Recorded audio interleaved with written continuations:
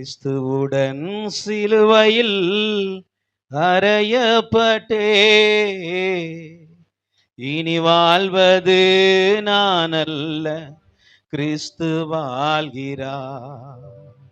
கிறிஸ்துவுடன் சிலுவையில் அறையப்பட்டே, இனி வாழ்வது நான் அல்ல, கிறிஸ்து வாழ்கிறார்.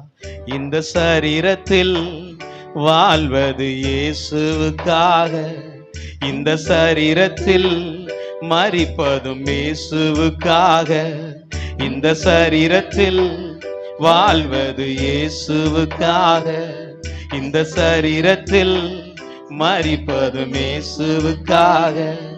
என் வாழ்வும் சாவும் இயேசுவுக்காக, என் வாழ்வும் சாவும் இயேசுவுக்காக. கிறிஸ்துவுடன் சிலுவையில் அறையப்பட்டே, கிறிஸ்துவின் வல்லமை என் மேல் தங்கிட, பலவீனங்கள் எல்லாம் மேன்மையாகுமே. கிறிஸ்துவின் வல்லமை என் மேல் தங்கிட, பலவீனமெல்லாம் மேன்மையாகுமே. கிறிஸ்துவின் நிமித்தம் பாடுபட்டார், கிறிஸ்துவின் நிமித்தம் பாடுபட்டார், ஒப்பற்ற மகிமையின் வாழ்வு கிடைக்குமே, ஒப்பற்ற மகிமையின் வாழ்வு கிடைக்குமே. இந்த சரீரத்தில் வாழ்வது இயேசு, சொல்லுங்க. இந்த சரீரத்தில் மரிப்பதும் இயேசுவுக்காக, இந்த சரீரத்தில் வாழ்வது இயேசுவுக்காக, இந்த சரீரத்தில் மரிப்பதும் இயேசுவுக்காக. என் வாழ்வும் சாவும் இயேசுவுக்காக, என் வாழ்வும் சாவும் இயேசுவுக்காக. அல்லேலூயா, हालेलुया। கிறிஸ்துவுடன் கூட வாழுவோம், मसीह के साथ जिएंगे। சோ இந்த நாளில் கூட इस दिन में भी கர்த்தருடைய ஆவியானவர் நமக்கு பேச போகிற ஒரு வார்த்தை, परमेश्वर की पवित्र आत्मा हमसे बातें करने वाला நம்முடைய वचन, தேவனுடைய ஒரு தன்மை என்னன்னா, हमारे परमेश्वर का एक गुण यानी நிரப்புகிற தேவன் அவர். वो भरने वाला यानी भरपूर करने वाला। அல்லேலூயா, हालेलुया। அவர் நிரப்புகிற தேவன். वो भरने वाला परमेश्वर है। எபேசியர் 1ஆம் அதிகாரத்தின் 23ஆம் வசனத்தை நாம் பார்க்கும் பொழுது, इफिसियों पहले अध्याय के 23वें वचन में देखते हैं, எபேசியன் chapter 1 verse 23, எல்லாவற்றையும் எல்லாவற்றாலும் நிரப்புகிறவருடைய நிறைவாகிய சரீரமான சபைக்கு அவரை எல்லாவற்றுக்கும் மேலான தலையாக தந்தருளினார். அல்லேலூயா, हालेलुया। இங்கு சொல்லுகிறது, यहाँ पर कहा गया है, எல்லாவற்றையும் எல்லாவற்றாலும் நிரப்புகிறவர். सारे चीजों को सारे बातों से भरने वाला। சபை என்பது कलीसिया यानी கிறிஸ்துவனுடைய சரீரமா இருக்கிறது. मसीह का देह है। அந்த சரீரத்திற்கு தலையாகிய கிறிஸ்து இருக்கிறார். उस शरीर का सर यानी कि यीशु मसीह है। அப்ப அந்த தலையாகிய கிறிஸ்துவனுடைய ஒரு தன்மை என்ன அப்படின்னா, तो वो सर नाम के यीशु मसीह का एक गुण क्या அவர் है? எல்லாவற்றையும் நிரப்புவார், वो सारे बातों को पूर्ण करता है எல்லாவற்றாலும் और நிரப்புவார். सारे चीजों से पूर्ण करता है। அல்லேலூயா, हालेलुया। அப்படி என்றால் इसका मतलब அவரால நிரப்ப முடியாத காரியம் எதுவுமே கிடையாது. उससे पूर्ण न करने वाले कोई बात नहीं He है। can fill everything, எல்லாவற்றையும் நிரப்ப वो முடியும். सारे बातों को भर सकता है। நம்முடைய வாழ்க்கையில हमारे जीवन में எந்த நிரப்புதல் அல்லது குறைவு இருக்கென்று நீங்கள் நினைக்கிறீர்களோ, जिस बात की कमी है ऐसे आप सोचते हो, அதை நிரப்ப நம்முடைய தேவனால் கூடும். उससे परिपूर्ण करना हमारा परमेश्वर से संभव है। அல்லேலூயா, हालेलुया। கிறிஸ்து இயேசுவுக்குள் मसीह यीशु உங்கள் मसीह में குறைவுகள் எல்லாம் आपके सारे कमी कटी மகிமையிலே அவர் நிறைவாக்குகிற தேவனா उसकी இருக்கிறார். महिमा में परिपूर्ण करता எத்தனை है। பேர் விசுவாசிக்கிறீங்க? कितने लोग विश्वास அல்ல करते ஜோரா ஒரு हैं? அல்லேலூயா சொல்லுங்க एक பார்க்கலாம். हालेलुया कहेंगे। கிறிஸ்து இயேசுவுக்குள்ளாக என்னுடைய குறைவுகள் எல்லாம் மகிமையிலே நிறைவாக்கப்படும். मसीह यीशु के अंदर मेरे सारे कमी घटी परिपूर्ण होगी। அல்லேலூயா, हालेलुया। அப்ப எல்லாவற்றையும் அவர் நிரப்புறார்ல. वो सारे बातों को पूर्ण அந்த करता है ना। தேவனிடத்துல நம்ம இருக்கும் பொழுது उस परमेश्वर के पास जब हम रहते நம்முடைய हैं, குறைவுகளை குறித்து हमारे कमियों के बारे में நாம் கொஞ்சம் கலங்க வேண்டிய அவசியம் இல்லை. हमें उसके बारे में गड़बड़ाने की जरूरत है। ஆனாலும் சில நேரத்துல கலக்கங்கள் வருகிறது. कुछ समय हम जो है व्याकुल हो जाते हैं। அல்லேலூயா, हालेलुया। என்ன பண்ண, நம்ம மனுஷங்க தானே. क्या करें, हम मनुष्य हैं। அல்லேலூயா. हालेलुया। மனுஷனுக்கு எப்போதுமே मनुष्य के लिए हमेशा வாழ்நாள் முழுது கஷ்டம் இருக்குமா. जीवन भर हमेशा कुछ ना कुछ दुख तकलीफ रहती है। அல்லேலூயா. हालेलुया। நோவு இருந்துகிட்டே இருக்குமா. उसके लिए कुछ ना कुछ दर्द रहती है। அதனால குறைவு இருந்தாலும் நமக்கு துக்கம் வருது. इसलिए हमारे लिए कमी हो तो भी दुख சில आती நேரத்துல है, நிறைவு வந்தாலும் துக்கம் தான். कुछ समय सब कुछ भरपूर हो तो भी दुखित रहते हैं। ஆனாலும் துக்கப்படாமல் தெய்வ சமூகத்தில் இருப்பது ரொம்ப நல்லது. लेकिन फिर भी दुखित हुए बिना परमेश्वर में समूह में रहना बहुत बड़ा அவர் है। எப்படி நிரப்புகிறார்? वो कैसे हमें पूर्ण எபேசியர் करता 4 है? அதிகாரம் 10 வசனம் சொல்லுகிறது, इफिसियों 4 अध्याय की 10 वचन कहती है, இறங்கினவரே எல்லாவற்றையும் நிரப்பத்தக்கதாக जो हमारे लिए उतरा है वही सब कुछ भरने के எல்லா लिए, வானங்களுக்கு மேலாக உன்னதத்திற்கு ஏறினவருமாய் இருக்கிறார். सारे आकाश के ऊपर चढ़ा हुआ वो उन्नति में बैठा है। நம்முடைய தேவன் हमारा परमेश्वर நிரப்புகிறவராய் இருக்கிறதுனால वो परिपूर्ण करने वाला அவர் है। எங்கே இருந்து நிரப்புகிறார்? वो कहां से परिपूर्ण நம்மை करता है? நிரப்பும்படியாக हमें परिपूर्ण அவர் करने உன்னதத்திற்கு ஏறி இருக்கிறாராம். वो स्वर्ग में चढ़ा है। அல்லேலூயா. हालेलुया। அப்ப உன்னதத்திலிருந்து அவர் நம்முடைய நிரப்புதலுக்கான காரியத்தை கொடுக்கிறார். बड़े ऊंचाई से हमारे लिए भरपूर करने वाले कार्य देता அப்படி है। நம்முடைய நிரப்புதல் तो हमारी ஒரு भरपूरी மனுஷனிடமிருந்து வராது, एक मनुष्य के पास से नहीं ஒரு आती, உலகத்திலிருந்து एक வராது. दुनिया से नहीं आती। நீங்க நினைக்கலாம், आप सोच நான் सकते நல்ல हैं வேலை பார்த்து मैं अच्छा नौकरी என் कर ஃபேமிலியை எல்லாரும் சாட்டிஸ்ஃபைட் பண்ணிடுவேன், मैं अपने परिवार को अच्छा तृप्त कर सकता நான் हूं, நல்லா படிச்சு मैं अच्छा पढ़ाई कर என் ஃபேமிலிக்கு நல்ல திருப்தியான வாழ்க்கையை मेरे கொடுத்துருவேன். परिवार के लिए अच्छे तृप्त जीवन दूंगा, அதெல்லாம் வராதுங்க. ये सब नहीं आएगा। அல்லேலூயா. हालेलुया। உன்னதத்தில் ஏறி இருக்கிற தெய்வன் உங்களை திருப்திப்படுத்தினால் மாத்திரமே திருப்தி ஆவீர்கள்.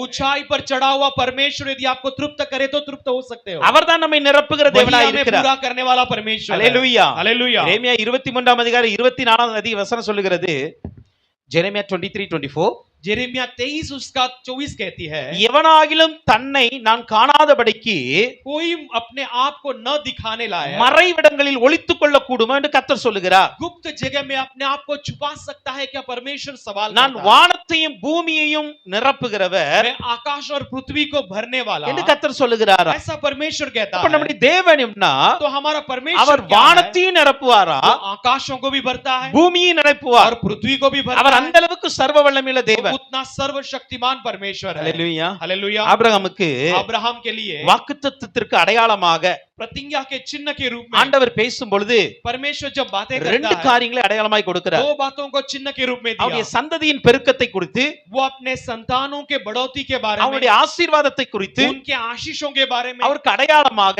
उनके चिन्ह के रूप ரெண்டு में காரியம் கொடுக்கப்பட்டது. दो बातें दी गई। ஒன்று வானத்தில் உள்ளது, पहले आकाश के இன்னொன்று कार्य பூமியில் உள்ளது. और दूसरा पृथ्वी के அவர் कार्य। சொல்லுகிறார், वो कहता है வானத்து நட்சத்திரங்களை என்ன கூடுமானால் எண்ணிப்பார் அப்படிங்கிறார். आकाश के तारों को यदि तू गिन सकता है तो गिन ले। வானத்துல நான் நட்சத்திரம் எப்படி நிரப்பி வச்சிருக்கிறேன், आकाश में जैसे मैंने तारों को भर कर रखा அதை है, நீ எண்ணி பாரு. उसे तू गिन कर அதை देख என்ன ले। கூடுமானால் यदि तू गिन पाए உன்னுடைய तो சந்ததியும் என்ன கூடும் அப்படிங்கிறார். तेरी वंश तेरी पीढ़ी भी वैसे गिन அப்போ गिन जा வானத்தை सकती है। அவர் எப்படி நட்சத்திரங்களால் நிரப்பி இருக்கிறாரோ जैसे आकाश को तारों से भर रखा है, அதை போல கர்த்தர் நம்மையும் நம்முடைய சந்ததியில் நிரப்ப முடியும். वैसे परमेश्वर हमें हमारे संतानों को भर सकता அதான் है। அவர் சொல்லுகிறார், நான் வானத்தை நிரப்புகிறவர். इसलिए वो कहता है मैं आकाशों को भरता हूँ। அல்லேலூயா. हालेलुया। வானத்துல आकाश எத்தனை में நட்சத்திரங்கள் இருக்கிறது, कितने तारे हैं, எத்தனை கோள்கள் இருக்கிறது, कितने ग्रह हैं, எத்தனை வானங்கள் இருக்கிறது, कितने आकाशे हैं, இன்றைக்கும் மனிதனால கண்டுபிடிக்க முடியாது. आज भी मनुष्य उसका संशोधन नहीं ஒவ்வொரு कर நாளும் पाया புது है। நட்சத்திரத்தை கண்டுபிடிக்கிறான். हर एक दिन उसका एक नए तारे ஒவ்வொரு நாளும் புது निकालता है। கோள்களை और கண்டுபிடிக்கிறாங்க. हर एक दिन नए नए ग्रहों को ஒவ்வொரு निकालता है। நாளும் புதிய தூரத்திற்கு போகிறார்கள். और हर एक दिन नए नए दूरी पर पहुंचता है। இன்னும் கர்த்தர்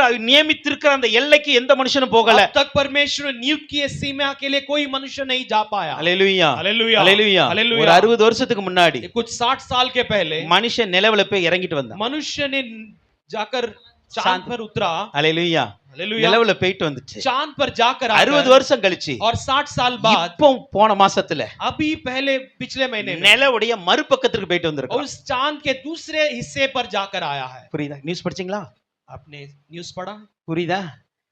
நிலவுடைய ஒரு பக்கத்துக்கு போய் चांद के एक तरफ पहले 60 जाकर வருஷம் ஆயி போச்சு. 60 साल बीत சொல்ல போனா चुके। 2000 வருஷம் கழிச்சு தான் போயிருக்கான். कहे तो 2000 साल के बाद गया। அல்லேலூயா. இயேசு பிறந்ததுக்கு அப்புறம் यीशु के जन्म के அதை बाद உருவாக்கன அப்பன போட்டா ஏறக்குறைய 8000 வருஷம் ஆயி போச்சு. अगर उसे उत्पन्न किया यानी कि कुछ 8000 साल हो गए। அப்பதான் ஒரு பக்கத்துல போயிட்டு வந்தான். तब वो एक तरफ जाकर आया। இப்போ மறுபக்கத்துக்கு போவதற்கு अब दूसरी तरफ जाने के இவ்வளவு लिए டெக்னாலஜி இருந்தோம், इतनी टेक्नोलॉजी रहकर भी 60 வருஷம் எடுத்திருக்கு. और 60 साल लग गए। அல்லேலூயா. हालेलुया। அல்லேலூயா. हालेलुया। இனி நிலவுல இன்னொரு பக்கம் போறதுக்கு எத்தனை வருஷம் ஆகும் தெரியாது. अब चांद के किसी और तरफ में जाने के लिए कितने ஏங்க साल ஒரு और लगेंगे। நிலவையே இன்னும் மனுஷன் சுத்தி முடியல. अब इस एक चांद को मनुष्य पूरा घूम कर नहीं आ पाया। அல்லேலூயா. அப்போ அல்லேலூயா. வானத்துல எவ்வளவு காரியங்களை என் ஆண்டவர் வைத்திருக்கிறார். वैसे आकाशों में कितने सारे बातों को அப்போ परमेश्वर ஒரு ने வானத்தை रखा। நிரப்புகிறவர். तो आकाश को भरने वाला அந்த வானத்தையே நிரப்ப முடியும்னா वो आकाश को भर सकता है। எத்தனையோண்டு இருக்க நம்ம வாழ்க்கையை நிரப்ப முடியாதா? इतना सा हमारे जीवन को नहीं भर सकता। அல்லேலூயா. हालेलुया। அடுத்தவர் சொல்லுகிறார் अगला वो कहता பூமியை है நிரப்புகிறவர். पृथ्वी को भरने वाला ஆபிரகாம் பார்த்து சொல்லுகிறார் अब्राहम को देखकर कहता है பூமியின் தூளை எண்ணக்கூடுமானால் உன் சந்ததி எண்ணக்கூடும் அப்படிங்க. यदि तू पृथ्वी के किनकों को गिन सकता है तो तेरी संतान को गिन पा ले। கடற்கரை மணலை எண்ணக்கூடுமானால் உன் சந்ததி எண்ணக்கூடும். समुद्र के रेतों को गिन पा ले तो तेरे संतान गिने जाएंगे। கடற்கரை மணலை யாரா எண்ண முடியுமா? क्या कोई समुद्र के किनारे के रेत को அப்ப गिन सकता ஆண்டவர் நிரப்புறார்னா है? तो परमेश्वर यदि भरता है तो அது லிமிட்டட் கிடையாது, அன்லிமிட்டட். वो हिसाब में नहीं बेहिसाब हो जाती है। அல்லேலூயா. हालेलुया। அதைத்தான் ஆபிரகாமுக்கு அடையாளமே அவர் यही சொல்லுகிறார். अब्राहम के लिए वो चिन्ह के रूप में कहता है। அதே தேவன் தான் இன்னைக்கு நம்மளையும் நிரப்புவேன் என்று சொல்லுகிறார். वही परमेश्वर आज हमें भी कहता है मैं तुझे पूर्ण करूंगा। அல்லேலூயா. हालेलुया। ஆனால் நம்ம இன்னைக்கு கொஞ்சம் ஸ்பிரிச்சுவல் திங்ஸ் நம்ம கொஞ்சம் ஆவிக்குரிய காரியத்தை பார்க்க போகிறோம். आज हम कुछ आत्मिक रीति में कुछ बातों को देखने அவர் वाले எப்படி हैं। நிரப்புகிறார்? वो कैसे भरता है? ஆதியாகமம் 2ஆம் அதிகாரம் 7ஆம் வசனத்தை எடுத்துக்கொண்டு उत्पत्ति 2 अध्याय के 7वें वचन को ले அங்கு लीजिए। ஆண்டவர் वहां पर परमेश्वर தேவனாகிய கர்த்தர் प्रभु परमेश्वर வாசிங்க பிரதர். மனுஷனை பூமியின் மண்ணினாலே உருவாக்கி மனுஷனை பூமியின் மண்ணினாலே உருவாக்கி ஜீவ சுவாசத்தை அவன் நாசியிலே ஊதினார். ஜீவ சுவாசத்தை அவன் நாசியிலே ஊதினார். மனுஷன் ஜீவாத்மாவானான். மனுஷன் ஜீவாத்மாவானான். அல்லேலூயா. हालेलुया। இங்க நம்ம பார்க்கிறோம் यहाँ पर हम देखते हैं பூமியின் மண்ணை எடுத்தாரு, पृथ्वी की मिट्टी को लिया, அதற்கு ஒரு உருவம் கொடுத்து उसके एक रूप देकर இதை நான் மனிதனாய் படைக்க போகிறேன், मैं इसे मनुष्य के रूप में என் बनाने वाला சாயலை हूं, கொடுக்க போகிறேன் मैं अपने स्वरूप को देने என்று சொல்லி वाला हूं। தேவன் படைத்தார். ऐसे कहकर परमेश्वर ने बनाया। ஆனா படைத்து முடித்ததுக்கு அப்புறம் उसे रचाने के बाद அதை உருவாக்கினதுக்கு அப்புறம் उसे रचाने के बाद அங்க சொல்லுகிறது वो कहा गया है, ஜீவ சுவாசத்தை அவன் நாசிலே ஊதினார். जीवन के श्वास को उसके नथनों में फूका। ஆண்டவர் परमेश्वर முதலில் पहले மனிதனுடைய வாழ்க்கையில मनुष्य के जीवन में நிறைவாய் கொடுத்தது என்ன தெரியுமா? भरपूरी के साथ क्या दिया? அவருடைய ஆவியை தான் கொடுத்தார். उसने अपने आत्मा को दिया। அந்த ஆவிதான் उसकी அந்த आत्मा மனுஷனுக்குள் நிறைவாய் கொடுக்கப்பட்டது. मनुष्य के अंदर परिपूर्ण रीति में दी வேற गई எதுவுமே அவனுக்கு நிறைவாய் கொடுக்கல. और कोई बात पूरी रीति में नहीं முதன் दी गई। முதலாக पहले இந்த बार உலகத்தை சீர்படுத்தும் பொழுது கூட इस पृथ्वी को सुधारते வசனம் சொல்லுகிறது वचन कहती है பூமியானது ஒழுங்கின்மையும் வெறுமையாய் இருந்தது, पृथ्वी जो बेढोल और बेहिसाब थी, பரிசுத்த ஆவியானவர் அசைவாடி கொண்டிருந்தார். पवित्र आत्मा उस पर मंडलाते हुए आया। அது சொல்லுகிறது the holy spirit covering the earth. पवित्र आत्मा उससे पूरा ढांप लिया कर कहा அப்படினா பூமியை அவர் நிரப்பி விட்டார். गया। इसका मतलब पृथ्वी को उसने पूरा भर दिया। அப்பொழுதுதான் இந்த பூமி சரியாக ஆரம்பித்தது. तब ये पृथ्वी सही होने लगी। எங்கெல்லாம் தேவன் தன்னுடைய வேலையை துவங்குகிறாரோ जहां कहीं परमेश्वर अपने काम को शुरू करता है, அங்கெல்லாம் கர்த்தருடைய ஆவிதான் முதலாவது செயல்படும். वहां पर सबसे परमेश्वर की आत्मा क्रिया करने लगती கர்த்தருடைய है। ஆவி நிரப்பாவிட்டால் परमेश्वर की आत्मा यदि भरपूर न करे எந்த तो காரியமும் சீராகாது, செயல்படாது. कोई भी कार्य सही नहीं होती, वो सुधारी नहीं ஒரு जाती। மனுஷனுடைய வாழ்க்கையிலும் एक அதுதான். मनुष्य का जीवन भी ले இந்த लो, ஆவி இருக்கிற வரைக்கும் தான் நம்ம வாழ முடியும். जब तक वो आत्मा प्राण है तब तक हम जी என்றைக்கு இந்த सकते हैं। ஆவி நம்முடைய சரீரத்தை விட்டு வெளியே போயிடுதோ जब वो प्राण हमारे शरीर से बाहर निकल நீங்க வேலை जाती செய்ய है, முடியாது. आप काम नहीं कर सकते। அல்லேலூயா. हालेलुया। அப்ப மனிதனுக்குள் ஆவியை என் தேவன் நிறைவாய் வைத்திருக்கிறார். मनुष्य के अंदर आत्मा को परमेश्वर ने परिपूर्ण रखा அப்போஸ்தலர் है। 15ஆம் அதிகாரம் 17ஆம் வசனத்தை பார்க்கும் பொழுது प्रेरित 15वें अध्याय के 17 वचन में हम पढ़ते அவர் हैं, சொல்லுகிறார், वो कहता है, நான் தாவீதின் கூடாரத்தை மறுபடியும் திருப்பி எடுத்து கட்ட போறேன், मैं दाऊद के तंबू को घिरे हुए तंबू को फिर से उठा அதை நான் சீர்படுத்த வேண்டும் என்று சொல்லுகிறார். मैं उसकी मरम्मत करने वाला அப்படி हूं। சீர்படுத்துவதற்கு उसे मरम्मत करने அவர் தன்னுடைய ஆவியை பயன்படுத்துகிறவராய் वो இருக்கிறார். अपने आत्मा को प्रयोगजित करता है। அல்லேலூயா. हालेलुया। அப்போ நமக்கு முதலாவதாக ஆவியின் நிறைவு இருக்க வேண்டும். पहले हमें आत्मा की परिपूर्ण रहना जरूरी है। யாரிடத்தில் ஆவியின் நிறைவு இருக்கிறதோ जिस किसी के पास आत्मा के परिपूर्ण அவர்கள் தான் தேவனுடைய காரியத்தை செம்மையாய் செய்வார்கள். वही परमेश्वर के कार्य को सही रीति से कर पाएंगे। வேதத்தில் எந்தெந்த இடத்தெல்லாம் ஆவியானவர் வந்தாரோ शास्त्र में जिस जगह में पवित्र आत्मा उतर அந்த कर आए, இடங்களில் எல்லாம் वो நிரப்புதலை குறித்து பேசும். उस सारे जगह में भरपूरी के बारे में बोलती है। அல்லேலூயா. हालेलुया। அது ஒரு தனி மனிதராய் वो இருந்தாலும் यदि एक अकेला मनुष्य क्यों ना அல்லது हो, ஒரு சின்ன கூட்டமாய் या இருந்தாலும் एक छोटी झुंड हो, அல்லது ஒரு பெரிய கூட்டமாய் या இருந்தாலும் एक बड़ी भीड़ हो, அந்த இடங்களில் எல்லாம் ये सारे जगहों ஒரு पर நிரப்புதல் என்கிற ஒரு தன்மை இருந்து நடந்துகிட்டே இருக்கும். एक भरपूरी नाम की क्रिया होती அப்ப रहेगी। ஆவியானவர் तो தான் पवित्र ஒரு आत्मा சிங்கிள் பர்சன், ஒரு தனி மனிதனை நிரப்ப முடியும். एक अकेले मनुष्य को भी भर सकता है। ஆவியானவர் தான் पवित्र आत्मा ही உங்கள் குடும்பத்தை நிரப்ப முடியும். आपके परिवार को भर सकता है। ஆவியானவர் தான் पवित्र आत्मा ही சபையை நிரப்ப और முடியும். कलीसिया को भर सकता है। ஹalleluya, हालेलुया, ஹalleluya. हालेलुया। அப்போ அந்த ஆவியானுடைய நிரப்புதல் ஒரு மனுஷனுக்கு கட்டாயம் தேவை. तो ये पवित्र आत्मा की भरपूरी एक मनुष्य के लिए जरूरी है அதற்கு அடையாளமாய் தான் और उसके चिन्ह के रूप ஆண்டவர் में நம்முடைய உள்ள நம்ம சரீரத்திற்குள்ள அந்த ஆவியை வைத்திருக்கிறார். परमेश्वर हमारे शरीर के अंदर उस आत्मा को रखा है। ஹalleluya, हालेलुया। அப்போ முதலாவது ஒரு மனுஷனுக்கு ஆவியின் तो நிரப்புதல் தேவை. पहले एक मनुष्य को आत्मा की भरपूरी அதையா जरूरी அவர்தான் है। செய்கிறார். वो भी वही करता ஆனா है। இப்ப அந்த ஆவியின் நிரப்புதல் வரும் பொழுது अब ये आत्मा की भरपूरी जब आती ஒரு है, மூன்று காரியங்கள் நடக்கும். 3 बातें होने लगती है। ஹalleluya, हालेलुया। ஒரு மூன்று காரியங்கள் நடக்கிறது. कुछ 3 बातें होने ஒரு लगती வசனத்தை है। நம்ம வாசிக்கலாம். वचन को हम पढ़ेंगे। சங்கீதம் 104 அதிகாரம் भजन संहिता 104 30 வசனத்தை நான் பார்க்கும் பொழுது, उसके 30वें वचन को हम देखते हैं। நீர் உம்முடைய ஆவியை அனுப்பும்போது நீர் உம்முடைய ஆவியை அனுப்பும்போது அவைகள் சிருஷ்டிக்கப்படும். அவைகள் சிருஷ்டிக்கப்படும். நீர் பூமியின் ரூபத்தையும் நீர் பூமியின் ரூபத்தையும் புதிதாக்குகிறீர். புதிதாக்குகிறீர். இங்க சொல்லுகிறது, यहाँ पर कहा गया है நீர் உம்முடைய ஆவியை அனுப்பும்போது जब तुम अपने आत्मा को भेजते அவைகள் சிருஷ்டிக்கப்படுகிறது. हो, वो रचाए जाते हैं நீர் பூமியின் ரூபத்தையும் புதிதாக்குகிறீர். और तू धरती के रूप को भी नया कर இங்க देता। சொல்லுகிறது, ये कहा गया है ரூபத்தை புதிதாக்குகிறார். उसके रूप को नया करता है। அப்படின்னா என்ன அர்த்தம்? इसका मतलब क्या है? அங்க ஏதோ ஒரு ரூபம் இருக்கு, वहां पर कोई रूप है ஆனா சரியில்லை. लेकिन वो सही नहीं है। நான் சொல்றது புரியுதா? मैं कहता हूं, समझ पा रहे हो? பூமி पृथ्वी ஒழுங்கின்மை. ये एक बेडोल है। அந்த ஒழுங்கின்மை என்பதற்கு ये बेडोल यानी ஷேப்லெஸ் அப்படிதான் சொல்றது. यानी कि बिना आकार का, அதுக்கு சரியான உருவம் இல்லை. उसके लिए एक सही आकार नहीं அப்ப है। ஆவியானவர் வரும் பொழுது तो पवित्र आत्मा जब आते हैं, முதலாவதாக पहले நம்முடைய வாழ்க்கையில हमारे जीवन में ஒரு உருவத்தை கொடுக்கிறார். அவர் एक रूप को देता ஒரு है, சீர்படுத்தல் அங்கு வருகிறது. एक सुधार को देता அங்கு है। சீராக இல்லாத காரியத்தை जो असुधारे गए हैं அவர் वैसे कार्य को சீர்படுத்துவார். वो सुधार देता है। ஹalleluya. हालेलुया। நான் ஒரு சின்ன எக்ஸாம்பிள் छोटा सा मैं उदाहरण देता हूं। ஹalleluya. हालेलुया। இங்க ஒரு பலூன் இருக்குங்க. ये एक बलून है। இந்த பலூனுக்கு இப்ப என்ன ரூபம் இருக்கு யாருக்கா தெரியுமா? ये गुब्बारे का कोई रूप है क्या? आप बता सकते हो? ஆ? தெரியாது. नहीं जानते हैं। புரியுதா? समझ गए? சரி, கொஞ்சம் ஊதி தாப்பா யாராவது ஒரு ஆள். நான் ஊதுனா எனக்கு போயிடும். உன் ஆவியை உள்ள விடு சீக்கிரம்.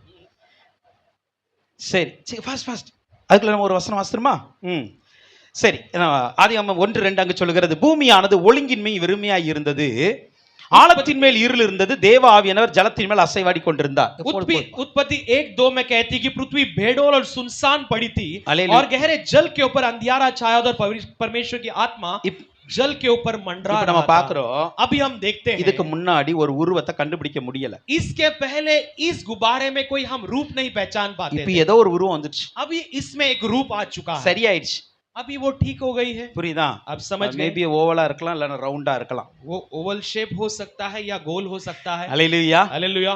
அப்போ ஒரு காத்து, ஒரு மனுஷன் ஊதுன காத்து உள்ள போடனே एक मनुष्य ने फूका हुआ हवा इस गुब्बारे के अंदर जाते இந்த ही சீரா இல்லாத இந்த பலூன் இப்போ சீரா இருக்கு. जिसका कोई रूप नहीं था, अब उसे एक रूप मिल गई, आकार இதை मिल गई। போலதான் इसी तरह தேவ ஆவியானவர் உள்ளே வரும் பொழுது परमेश्वर की पवित्र आत्मा जब हमारे अंदर आती है, நம்ம லைஃப் எங்கெல்லாம் சீர் இல்லையோ हमारे जीवन में जहां जहां पे सही नहीं है, அதெல்லாம் சீராக ஆரம்பிக்கும். वो सब सही होने लगते हैं। ஹalleluya. हालेलुया। முதலாவதாக पहले ஆவியானவர் உள்ளே வந்தால் पवित्र आत्मा अंदर आते உங்க हैं, லைஃப் சீராகுங்க. आपका जीवन सुधर जाएगी। எதெல்லாம் சரியில்லையோ क्या क्या सही नहीं है, அதெல்லாம் சரிப்படுத்துறவர் वो தான் सब ஆவியானவர். सही करने वाला पवित्र आत्मा है। ஹalleluya. हालेलुया। நீங்க நினைக்கலாம், आप सोच सकते हैं என் ஃபேமிலி சரியில்லை, मेरा परिवार सही नहीं, என் வேலை சரியில்லை, मेरा काम सही என் नहीं, பிள்ளை சரியில்லை, मेरे बच्चे सही नहीं என் है, கண்ணு சரியில்லை, मेरे आंख सही नहीं, என் வாய் சரியில்லை. मेरा मुंह सही नहीं है। ஆமா, இதெல்லாம் எல்லாத்துக்கும் எல்லாம் சிரிக்குது பாருங்களேன். ஓகே, கர்த்தர் நல்லவர். परमेश्वर भला है। ஹalleluya. हालेलुया। இன்னைக்கு சரியாக்கட்டும் கொஞ்சம். ये सब आज सही होने दो। ஹalleluya. हालेलुया। அப்ப உள்ள போச்சு அப்படினா तो ये अंदर जाते ही ஆண்டவர் என்ன பண்றாரு? परमेश्वर क्या करता है? உள்ள போய் எது சரியில்லையோ அதை சரிப்படுத்து. अंदर जाकर जो जो सही नहीं है वो सबको सही करता உங்க है। கண்ணு சரியில்லை அப்படினா आपके आंखें सही नहीं है तो நீங்க கண்ணுக்கு ஏதாவது திரையை போட்டு மறைக்க வேண்டாம். आप अपने आंखों को कोई पर्दा से छुपाने की जरूरत ஏன்னா नहीं, நமக்கு ரெண்டு கண்ணு இருக்கு தெரியுமா? क्योंकि हमें 2 आंखें हैं। வெளிய இருக்க கண்ணை மறைச்சிடலாம், बाहर की आंखों को छुपा உள்ள सकते ஒரு हैं, கண்ணு இருக்கு, अंदर एक आंखें हैं, அதுதான் எல்லாத்தையும் வெட்ட வெளிச்சமா பாக்குமே. वो तो सबको पूरी तरह से अच्छे सफाई से दिख पाती है। அப்படிதானே? हाँ कि नहीं? இருக்கா இல்லையா? हाँ है कि नहीं? எல்லாத்துக்கும் இருக்குங்க. ஏங்க இல்ல सभी के என்னமோ लिए இப்படி है। முடிக்கீங்க? ऐसे क्यों देख? ஆவியானவர் உங்களுடைய மனக்கண்களை திறப்பாராக. पवित्र आत्मा आपके मन की आंखों को மனக்கண்னு खोलेगा। வேதத்துல ஒண்ணு இருக்கு தெரியுமா? मन की आंखें ऐसे शास्त्र में लिखी गई है। சுவிசேஷத்தின் ஒளி உங்களுக்குள் செல்லாதபடிக்கு सुसमाचार की रोशनी आपके अंदर न जाने लाए। பிசாசானவன் உங்கள் மனக்கண்களை குருடாக்கினான். जो शैतान आपकी मन की आंखों को अंधेर कर அப்போ रखा நமக்கு है। சரீரபிரமா ஒரு சரீரத்துல ஒரு கண்ணு तो இருந்தாலும் हमारे शारीरिक रीति में दो आंखें हो तो நம்ம भी மனசுலயும் ஒரு கண்ணு இருக்கு. हमारे मन की आंखें भी है இப்போ हमारे। சரீர கண்ணை நீ மூடிட்டு போயிரலாம். तुम शरीर की आंखों को बंद कर जा सकते இங்க ஒரு हैं। தவறான ஒரு காரியம் நடக்கு, यहाँ पर कुछ गलत हो रही है। கண்ணை மூடிட்டு நீங்க போயிரலாம். आंखें बंद कर आप जा सकते हैं। ஆனா மனசுல உள்ள கண்ணை அதை பார்த்துக்கிட்டு தான் लेकिन இருக்கும். मन की आंखें उसे देख रही है, அதை யோசிச்சுக்கிட்டு தான் वो இருக்கும். सोच रही है। அப்போ तो கண்ணு வெளியுள்ள கண்ணு சீரா இருந்தாலும் உள்ள இருக்க கண்ணு சீராக மாட்டேங்குது. बाहर की आंखें सुधर गई तो भी अंदर की आंखें नहीं सुधरती। வெளியே இருக்கிற மூளை ஒழுங்கா பந்தானாலும் உள்ள இருக்கிற மூளை பந்தாக மாட்டேங்குது. बाहर का दिमाग बंद हो जाए तो भी अंदर की दिमाग सही से बंद नहीं होती। வெளியே இருக்கிற உதடு வாயு மூடினாலும் உள்ள இருக்கிற வாயு மூட மாட்டேங்குது. बाहर की होठ और मुंह बंद हो जाए तो भी अंदर की होठ मुंह बंद नहीं होती। இதுதான் சீரற்ற ஒரு வாழ்க்கை.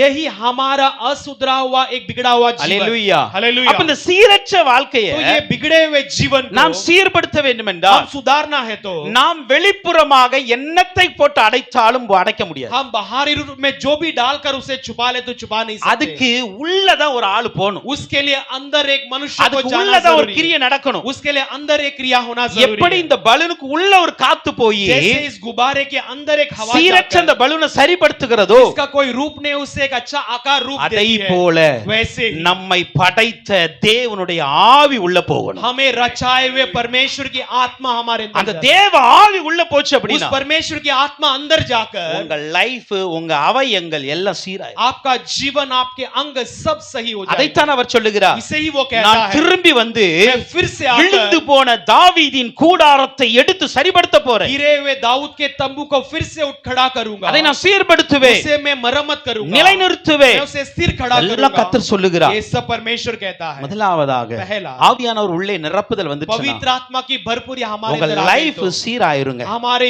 जीवन सुधर 1 जाएगा। பேதுரு 5:10 சொல்லுகிறது, पहला पत्रुस 5:10 कहती கிறிஸ்து है, இயேசுவுக்குள் प्रभु मसीह यीशु के நம்மை अंदर தமது நித்திய மகிமைக்கு அழைத்தவராய் இருக்கிற हमें अपने अनंत काल के महिमा के लिए बुलावा दिया சகல हुआ, கிருபையும் பொருந்திய தேவன் தாமே हर प्रकार के अनुग्रह से भरा हुआ परमेश्वर கொஞ்ச காலம் பாடமிக்கிற உங்களை कुछ समय के लिए दुख तकलीफों को सहने वाले आपको சீர்படுத்தி वो हमें सुधार कर ஸ்திரப்படுத்தி स्थिर कर பலப்படுத்தி बलवंत நிலைநிறுத்துவாரா. देकर खड़ा करेगा। அல்லேலூயா. हालेलुया। இப்ப கொஞ்ச கால பாட तो அனுபவிக்கிறோம். कुछ समय के लिए हम दुख நம்ம तकलीफों ஆண்டவருடைய को सहते हैं। சமூகத்துக்கு முன்னாடி போகணும் அப்படின்னா हम परमेश्वर के समूह के सामने जाना है। பாடமிக்கிற நம்முடைய வாழ்க்கையில ஆண்டவர் சீர்படுத்தலை கொண்டு வர इस வேண்டும். क्लेश को झेलने वाले हमारे शरीर के अंदर परमेश्वर एक सुधार को लाना जरूरी है। அருமையான தேவ பிள்ளைகளே, प्यारे परमेश्वर के लोगों, அந்த நாளில पिछले दिनों में உங்கள் வாழ்க்கையை சீராக்குங்க. आपके जीवन में इन दिनों को आप सुधार लीजिए। உங்கள் சரீரத்தை சீராக்குங்க. आपके शरीर को सुधार लीजिए। உங்கள் ஆவிக்குரிய ஜீவியத்தை சீராக்குங்க. आपके आत्मिक जीवन को सुधार लीजिए। தெய்வனுக்கு கொடுக்கிற ஒவ்வொரு காரியத்தையும் சீராக்குங்கள். परमेश्वर को देने वाले हर एक बातों को सुधार உங்கள் लीजिए। குடும்பத்தை சீராக்குங்கள். आपके परिवार को सुधार लीजिए। சீராக்குவது பரிசுத்தனுடைய வேலையா இருக்கிறது. सुधारने वाला पवित्र आत्मा का काम அவர் है। சீர்படுத்த இல்லாமல் எதையும் செய்ய वो முடியாது. स्थिर किए बिना,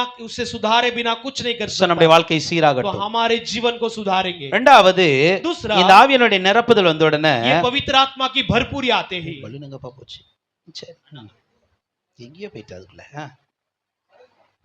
பலூனை கொடுங்கப்பா. அப்பதான் நம்ம பிரசங்க நல்லா இருக்குன்னு சொல்லுவாங்க இந்த பிள்ளைலாம் போர் அடிக்கும். சரி, ஓகே, கர்த்தர் நல்லவர். परमेश्वर भला है। பலூன் பார்த்துட்டீங்களா? Okay, good. இப்போ இந்த பலூன் ஊதுறதுக்கு முன்னாடி எவ்வளவு என்ன சைஸ்ல இருந்துச்சு? अब इस गुब्बारे को फुलाने से पहले किसका आकार कितनी थी? ஒரு விரல், एक उंगली की इतना थी। ஒரு விரல் சைஸ் இருந்துச்சா? इसका आकार இப்போ எவ்வளவு பெருசு छोटा வந்திருக்கு? था, अभी कितना बड़ा है? கொஞ்சம் வந்துட்டா இன்னும் ஊதலாம். और भी इसे फुला இன்னும் सकते உள்ள हैं। போச்சுன்னா और भी हवा अंदर இன்னும் गई तो பெருசாகும். और भी बड़ा होगा। அதுக்கு இன்னும் கொஞ்சம் அதிகமா ஊதுனா और थोड़ा हवा गई तो பெருசாயிட்டே இருக்கும். बड़ा होती रहेगी। அல்லேலூயா. हालेलुया। அப்போ तो ஆவி உள்ள போக போக पवित्र आत्मा की आत्मा अंदर ஒரு जाते growth जाते வந்துகிட்டே இருக்கு. एक बढ़ोतरी आती ஒரு रहेगी, வளர்ச்சி வந்துகிட்டே இருக்கு. एक प्रगति होती அப்ப रहेगी। ஆவியானவர் நம்முடைய வாழ்க்கையில உள்ள வந்தா तो पवित्र आत्मा हमारे जीवन में अंदर நம்முடைய आते हैं। வாழ்க்கையானது வளர ஆரம்பிக்க வேண்டும். हमारा जीवन बढ़ने लगना चाहिए। அல்லேலூயா. हालेलुया। வளர்ச்சி இல்லாத ஒரு வாழ்க்கை நம்ம வாழக்கூடாது. एक बिना प्रगति का जीवन हम नहीं जीना चाहिए। அல்லேலூயா. நீங்கள் आप புதிதாய் பிறந்த குழந்தை குழந்தைகளைப் போல नए सा जन्म हुए बच्चे के பால் समान உண்கிறவர்களாகவே இருந்திடக்கூடாது. दूध पीने लायक ही नहीं रह जाना நீங்கள் है। வளரும்படி आप प्रगति होने நீங்கள் लायक, நல்ல சத்தான ஆகாரத்தை சாப்பிடணும். आप अच्छे तंदुरुस्त आहार को खाना அப்போ है। ஆவி உள்ள இருந்தா तो आत्मा अंदर रहते समय வளர்ச்சி இருந்துகிட்டே இருக்கும். हमारे अंदर बढ़ोतरी रहती அங்க रहेगी, ஒரு நாளும் growth ஸ்டாப் ஆகாது. कभी भी प्रगति नहीं रुकेगी। ஏதோ ஒரு விதத்துல किसी ना किसी रीति ஏதாவது में ஒரு வளர்ச்சி இருந்துகிட்டே இருக்கும். कोई ना कोई हमारे अंदर बढ़ोतरी रहती रहेगी। நம்ம மனுஷன் நம்ம வாழ்றோம்ல, हम मनुष्य जो जीते நம்ம हैं, பிறந்ததுல இருந்து हम जन्म से लेकर, பிறந்ததுல கர்ப்பத்துல இருக்க சொல்லி आप समझ लीजिए कोख से लेकर, நம்ம அங்கதான் மூச்சு உள்ள வந்துருதுல்ல, वहां पर हमें सांस अंदर आ जाती है, அப்ப அங்க இருந்தே वहां से ஒரு लेकर வளர்ச்சி வருகிறது. एक बढ़ोतरी आती है। இந்த வளர்ச்சியானது பாத்தீங்கன்னா ये बढ़ोतरी को देखिए, செத்து பெட்டியில வைக்கிற வரைக்கும் இருக்கும். मरकर दफनाने तक रहती है, அப்படிதானே? हाँ कि नहीं? சரீரம் வளரும், शरीर बढ़ेगी, அதே போல பலன் வளர்ந்துகிட்டே இருக்கும், वैसे ही बल बढ़ती ஞானம் रहेगी, வளரும், ज्ञान बढ़ती रहेगी, அறிவு வளரும், बुद्धि बढ़ती रहेगी, முடியும் வளரும், और बाल भी बढ़ेंगे, நகமும் வளரும். नाखून भी बढ़ती है। சாகர வரைக்கும் ஏதாவது ஒண்ணு வளர்ந்துகிட்டு தான் இருக்கும். मरते तक कुछ न कुछ बढ़ती ही रहती है। சில பேருக்கு வேணா ஹைட் வளர்ச்சினா ஒரு ஏஜுக்கு அப்புறம் நின்றும். कुछ लोगों को शायद उनकी जो लंबाई है, ऊंचाई है, ஆனா वो रुक அவளுக்குள் जाती है। அறிவின் வளர்ச்சி யாரும் கட்டுப்படுத்த लेकिन முடியாது. उनके अंदर का दिमाग, बुद्धि की இந்த बढ़ोतरी को முடி कोई रोक வளர்ச்சி யாரும் நிப்பாட்ட नहीं, முடியாது. ये बाल की बढ़ोतरी को कोई रोक नहीं இந்த நக सकता, வளர்ச்சியெல்லாம் நிப்பாட்ட ये முடியாது. नाखून जो बढ़ती है उसे कोई रोक नहीं அப்போ सकता। ஒரு மனிதனுக்குள் ஆவி இருக்கிற तो வரைக்கும் एक मनुष्य के अंदर आत्मा जब तक है, அந்த ஆவி ஏதாவது ஒன்றை அந்த மனதிற்குள் வளர்த்துக்கிட்டே वो இருக்கிறது. आत्मा उस मनुष्य के अंदर कुछ न कुछ बढ़ाती रहती है। அப்ப தேவ ஆவியானவர் तो परमेश्वर की இன்னைக்கு पवित्र நம்முடைய आत्मा வாழ்க்கையில கூட आज हमारे जीवन உள்ள में भी இருந்தார்னா अंदर रहने நம்ம पर ஆவிக்குரிய ஜீவியத்திலும் ஒரு வளர்ச்சி இருந்துகிட்டே தான் हमारे இருக்கும். आत्मिक जीवन में भी एक बढ़ोतरी रहती रहेगी। அல்லேலூயா. हालेलुया। ஆவிக்குரிய ஜீவியத்துல வளர்றீங்களா? आत्मिक जीवन में आप बढ़ते हो அல்லது क्या? நான் 20 வருஷம் விசுவாசி ஆயிட்டேன்னு நிப்பாட்டிட்டீங்களா? मैं 20 साल का विश्वासी बन चुका हूं कहकर आपने ஆமா, बढ़ोतरी को சில रोक பேருக்கு लिया। அப்படி ஒரு அதுல திருப்தி ஆயிருவாங்க. कुछ लोग ऐसे बातों में तृप्त हो जाते हैं। எனக்கு தெரியாத வசனமா, मैं नहीं जानने वाला நான் कोई वचन படிக்காத है क्या? பாட்டா, क्या मैं नहीं पढ़ा हुआ நான் गीत பண்ணாத है क्या? பிரசங்கம்மா, मैंने नहीं किया ऐसा कोई संदेश இங்க है? என்ன தெரியுமா? ऐसा इसमें बातों में हम समझते வளருவதற்கான ஒரு ஃபுல் ஸ்டாப் அவங்களே வச்சிருவாங்க. हैं। हम बढ़ोतरी के लिए हम अपने आप को रोक लगा देते हैं। ஆவியானவர் உள்ள இருந்தா पवित्र आत्मा अंदर रहने உங்கள் पर வாழ்க்கையில் ஏதோ ஒன்று வளர்ந்து கொண்டே தான் आपके जीवन में एक कुछ ना कुछ बढ़ती रहेगी। அல்லேலூயா. हालेलुया। எபேசியர் 4 அதிகாரம் 11 வசனம் சொல்கிறது, एफिसियों 4 अध्याय का 11 वचन कहते हैं, மேலும் நாம் அனைவரும் और भी हम सब தேவனுடைய குமாரனை பற்றி விசுவாசத்திலும் परमेश्वर के पुत्र के विश्वास में, அறிவிலும் उसके बुद्धि में ஒருமைப்பட்டவர்களாகி हम एक मन के साथ கிறிஸ்துவனுடைய நிறைவான வளர்ச்சியின் அளவுக்கு தக்கதாக मसीह के एक परिपूर्ण बढ़ोतरी के अंदर பூரண புருஷராக வேண்டும். हम निपुण पुरुष அப்ப बनना இங்க है। சொல்லுகிறது, तो यहाँ पर कहा गया है நாம் அனைவரும். हम सारे लोग, அனைவரும்னா யாரெல்லாம்? सारे यानी कौन? எல்லாரும். सारे, நீங்களும் நானும், आप, मैं, இங்க இருக்கிற குட்டீஸும், यहाँ के छोटे அங்க बच्चे, இருக்கிற முதியோர்களும், वहाँ के बड़े लोग, வாலிபர்களும், जवान, அப்படித்தானே? हाँ की नहीं? அனைவரும் सारे लोग விசுவாசத்துல வளரணும், विश्वास में बढ़ना है, அறிவுல வளரணும், बुद्धि में बढ़ना है, ஒருமைப்பாட்டுல வளரணும், एक मन में बढ़ना है, கிறிஸ்துவின் நிறைவான வளர்ச்சி வரணும். और मसीह की भरपूरी आना அப்ப இந்த चाहिए। கிறிஸ்துவின் நிறைவான வளர்ச்சி என்பது तो ये मसीह की भरपूरी आने ஏதோ ஒரு குறிப்பிட்ட நபருக்கு மாத்திரமல்ல, ये किसी एक नियुक्त मनुष्य के लिए नहीं, அறிவின் வளர்ச்சியானது, ये बुद्धि की बढ़ोतरी, அதே போல ஒருமைப்பாட்டின் வளர்ச்சியானது, वैसे ही एक मन की बढ़ोतरी, விசுவாசத்தின் வளர்ச்சியானது, विश्वास की बढ़ोतरी, பரிசுத்தத்தின் வளர்ச்சியானது पवित्रता की बढ़ोतरी எல்லாருக்கும் வரணும். सारे लोगों के लिए आना है। அல்லேலூயா. हालेलुया। ஒரு குடும்பத்துல एक परिवार ஒரு में ஆள் மட்டும் அமைதியா இருந்து एक मनुष्य केवल चुप ஒரு रहे ஆள் சண்டை போட்டுக்கிட்டே இருந்தா और ये दूसरा मनुष्य झगड़ते அந்த रहेगा, குடும்பத்துல என்னைக்கு ஒரு மனம் வரும்? तो उस परिवार में कब एक मन आएगी? ரெண்டு பேருக்கும் அந்த அமைதியான குணம் வரணும். दोनों के अंदर उस शांतता की गुण आना அப்பதானே चाहिए, ஒரு மனம் வருவாங்க. तभी एक मन आएगी। ஒரு குடும்பத்துல 4 பேர் இருந்தா एक परिवार में 4 लोग हो 4 तो பேருக்கு பொறுமை அவசியம், 4 लोगों की धीरज की 4 जरूरत है, பேருக்கு அன்பு அவசியம், चारों के लिए प्रेम की जरूरत 4 है, பேருக்கு விசுவாசம் அவசியம், चारों के लिए विश्वास की जरूरत 4 है, பேருக்கும் வெளிப்படைத்தன்மை அவசியம், और चारों को प्रकटीकरण का गुण की 4 जरूरत है, பேரும் ஜெபிக்கணும். और चारों लोग प्रार्थना करना हालेलुया। चाहिए। हालेलुया। இந்த 4 பேரும் இணைந்து வளர்ந்தால்தான் ये चारों लोग मिलकर बढ़ने पर அந்த குடும்பம் கிறிஸ்துவின் குடும்பமா இருக்கும். वो परिवार मसीह की परिवार बनी रहे। அல்லேலூயா, हालेलुया। அல்லேலூயா. हालेलुया। இல்லனா கிறிஸ்தவ குடும்பமா இருக்கும். नहीं तो मसीह में रहेगी। அல்லேலூயா. हालेलुया। नाम के लिए नाम के लिए मसीह में रहे। ஹல்லேலூயா. हालेलुया। கிறிஸ்தவ குடும்பம் சொல்லுவாங்க, कहेंगे मसीही परिवार ஆனா है, உள்ள கிறிஸ்து இருக்க மாட்டார். लेकिन अंदर मसीह नहीं रहे। ஏன்னா क्योंकि அவங்க கிறிஸ்துவுல வளரல. क्योंकि वो मसीह में बड़े नहीं அப்ப है। கிறிஸ்துவுல ஒரு வளர்ச்சி இருக்க तो வேண்டும். मसीह में एक बढ़ोतरी रहना चाहिए। லூக்கா 2ஆம் அதிகாரம் 40ஆம் வசனம், लूका दूसरा अध्याय के 40 वचन, 1ஆம் அதிகாரம் 80ஆம் வசனம் पहला अध्याय के 80वां ரெண்டு वचन, பிள்ளையை குறித்து சொல்லுகிறது. ये दोनों जगह में बच्चों के बारे में कहा गया। யோவானை குறித்து சொல்லுகிறது, एक யோहन्ना के बारे में कहा இயேசுவை गया குறித்து और சொல்லுகிறது. यीशु के बारे में அந்த कहा ரெண்டு गया। பேரும் பாருங்க, ये दोनों को देखिए, அந்த பிள்ளைகள் வளர்கிறது. वो दोनों बच्चे बढ़ते हैं, வளர்கிற நேரத்துல बढ़ते समय ஆவியில பலன் கொள்கிறது. आत्मा में बल पाते हैं। அல்லேலூயா. हालेलुया। ஆவியில பலன் கொள்கிறது, आत्मा में बल पाते हैं, ஞானத்தில் வளர்கிறது, ज्ञान में बढ़ते हैं, கிருபையில் வளர்கிறது. अनुग्रह में बढ़ते हैं। அப்போ ஆவியின் வளர்ச்சியானது तो आत्मा की बढ़ोतरी சிறு பிள்ளைகளுக்கும் அவசியம், छोटे बच्चों के लिए भी जरूरी है, வாலிபர்களுக்கு அவசியம். जवानों के लिए भी जरूरी அத है। நம்ம பிள்ளைகளுக்கு கற்றுக் கொடுக்க வேண்டும். उससे हमें बच्चों को सिखाना चाहिए। எபேசியர் 3:16 சொல்லுகிறது, इफिसियों 3:16 कहती है, நீங்கள் ஆவியினாலே உள்ளான மனுஷனில் வளர வேண்டும், आत्मा में भीतरी मनुष्यत्व में बढ़ते रहना है, பலப்பட வேண்டும். उसमें बलवंत அப்ப होना है। ஆவியானவருடைய நிறைவு வரும் பொழுது तो पवित्र आत्मा की भरपूरी जब आती ஒன்று है, சீராகுதல் நடக்கிறது, पहला हमारे अंदर एक सुधार होती है, இரண்டாவது दूसरा வளர்ச்சி அடைகிறது. एक बढ़ोतरी मिलती है। இந்த ரெண்டையும் ஆவியானவர் செய்கிறார். ये दोनों को पवित्र आत्मा कहते हैं। மூன்றாவது ஒரு காரியம், तीसरा एक कार्य, இந்த பலூன் எடுத்துட்டீங்களா? ये एक गुब्बारे को ले இப்ப இந்த लिया। பலூனை தயாரிக்க சொல்ல इस गुब्बारे को तैयार करते समय மனசுல என்ன வச்சு தயாரிச்சிருப்பாங்க? मन में उन्होंने क्या सोचकर बनाया होगा? இந்த பலூன் ये गुब्बारा ஊதுறதுக்கு முன்னாடி இந்த சைஸ் இருக்கணும், फुगाने से पहले इस आकार में ஊதுக்கு रहना அப்புறம் இந்த ஊதுக்கு அப்புறம் है, இவ்வளவு और சைஸ் வரும், फुगाने के बाद उसका आकार ऐसा होना அதோட चाहिए, நீளம் இவ்வளவு வரணும், इसकी लंबाई इतनी இதோட चाहिए, அகலம் அவ்வளவு வரணும், इसकी चौड़ाई इतनी இதோட होनी चाहिए, ஷேப் இப்படி இருக்கணும். इसकी आकार ऐसे होना चाहिए। There is a one plan purpose. इसका एक योजना और एक मकसद था। இந்த பலூனை தயாரிக்க சொல்லியே इस गुब्बारे को तैयार ஒரு करते समय மனுஷன் ஒரு திட்டத்தோடு தயாரிக்காங்க. ये मनुष्य एक योजना के साथ इसे तैयार ஆனா किया, அந்த திட்டம் எப்ப நிறைவேற தெரியுமா? और वो कभी पूरा होता है? தயாரிச்சல் நிறைவேறாது. वो तैयार करते समय पूरा नहीं होता। அவன் டாய் இவ்வளவுதான் வச்சிருப்பான்.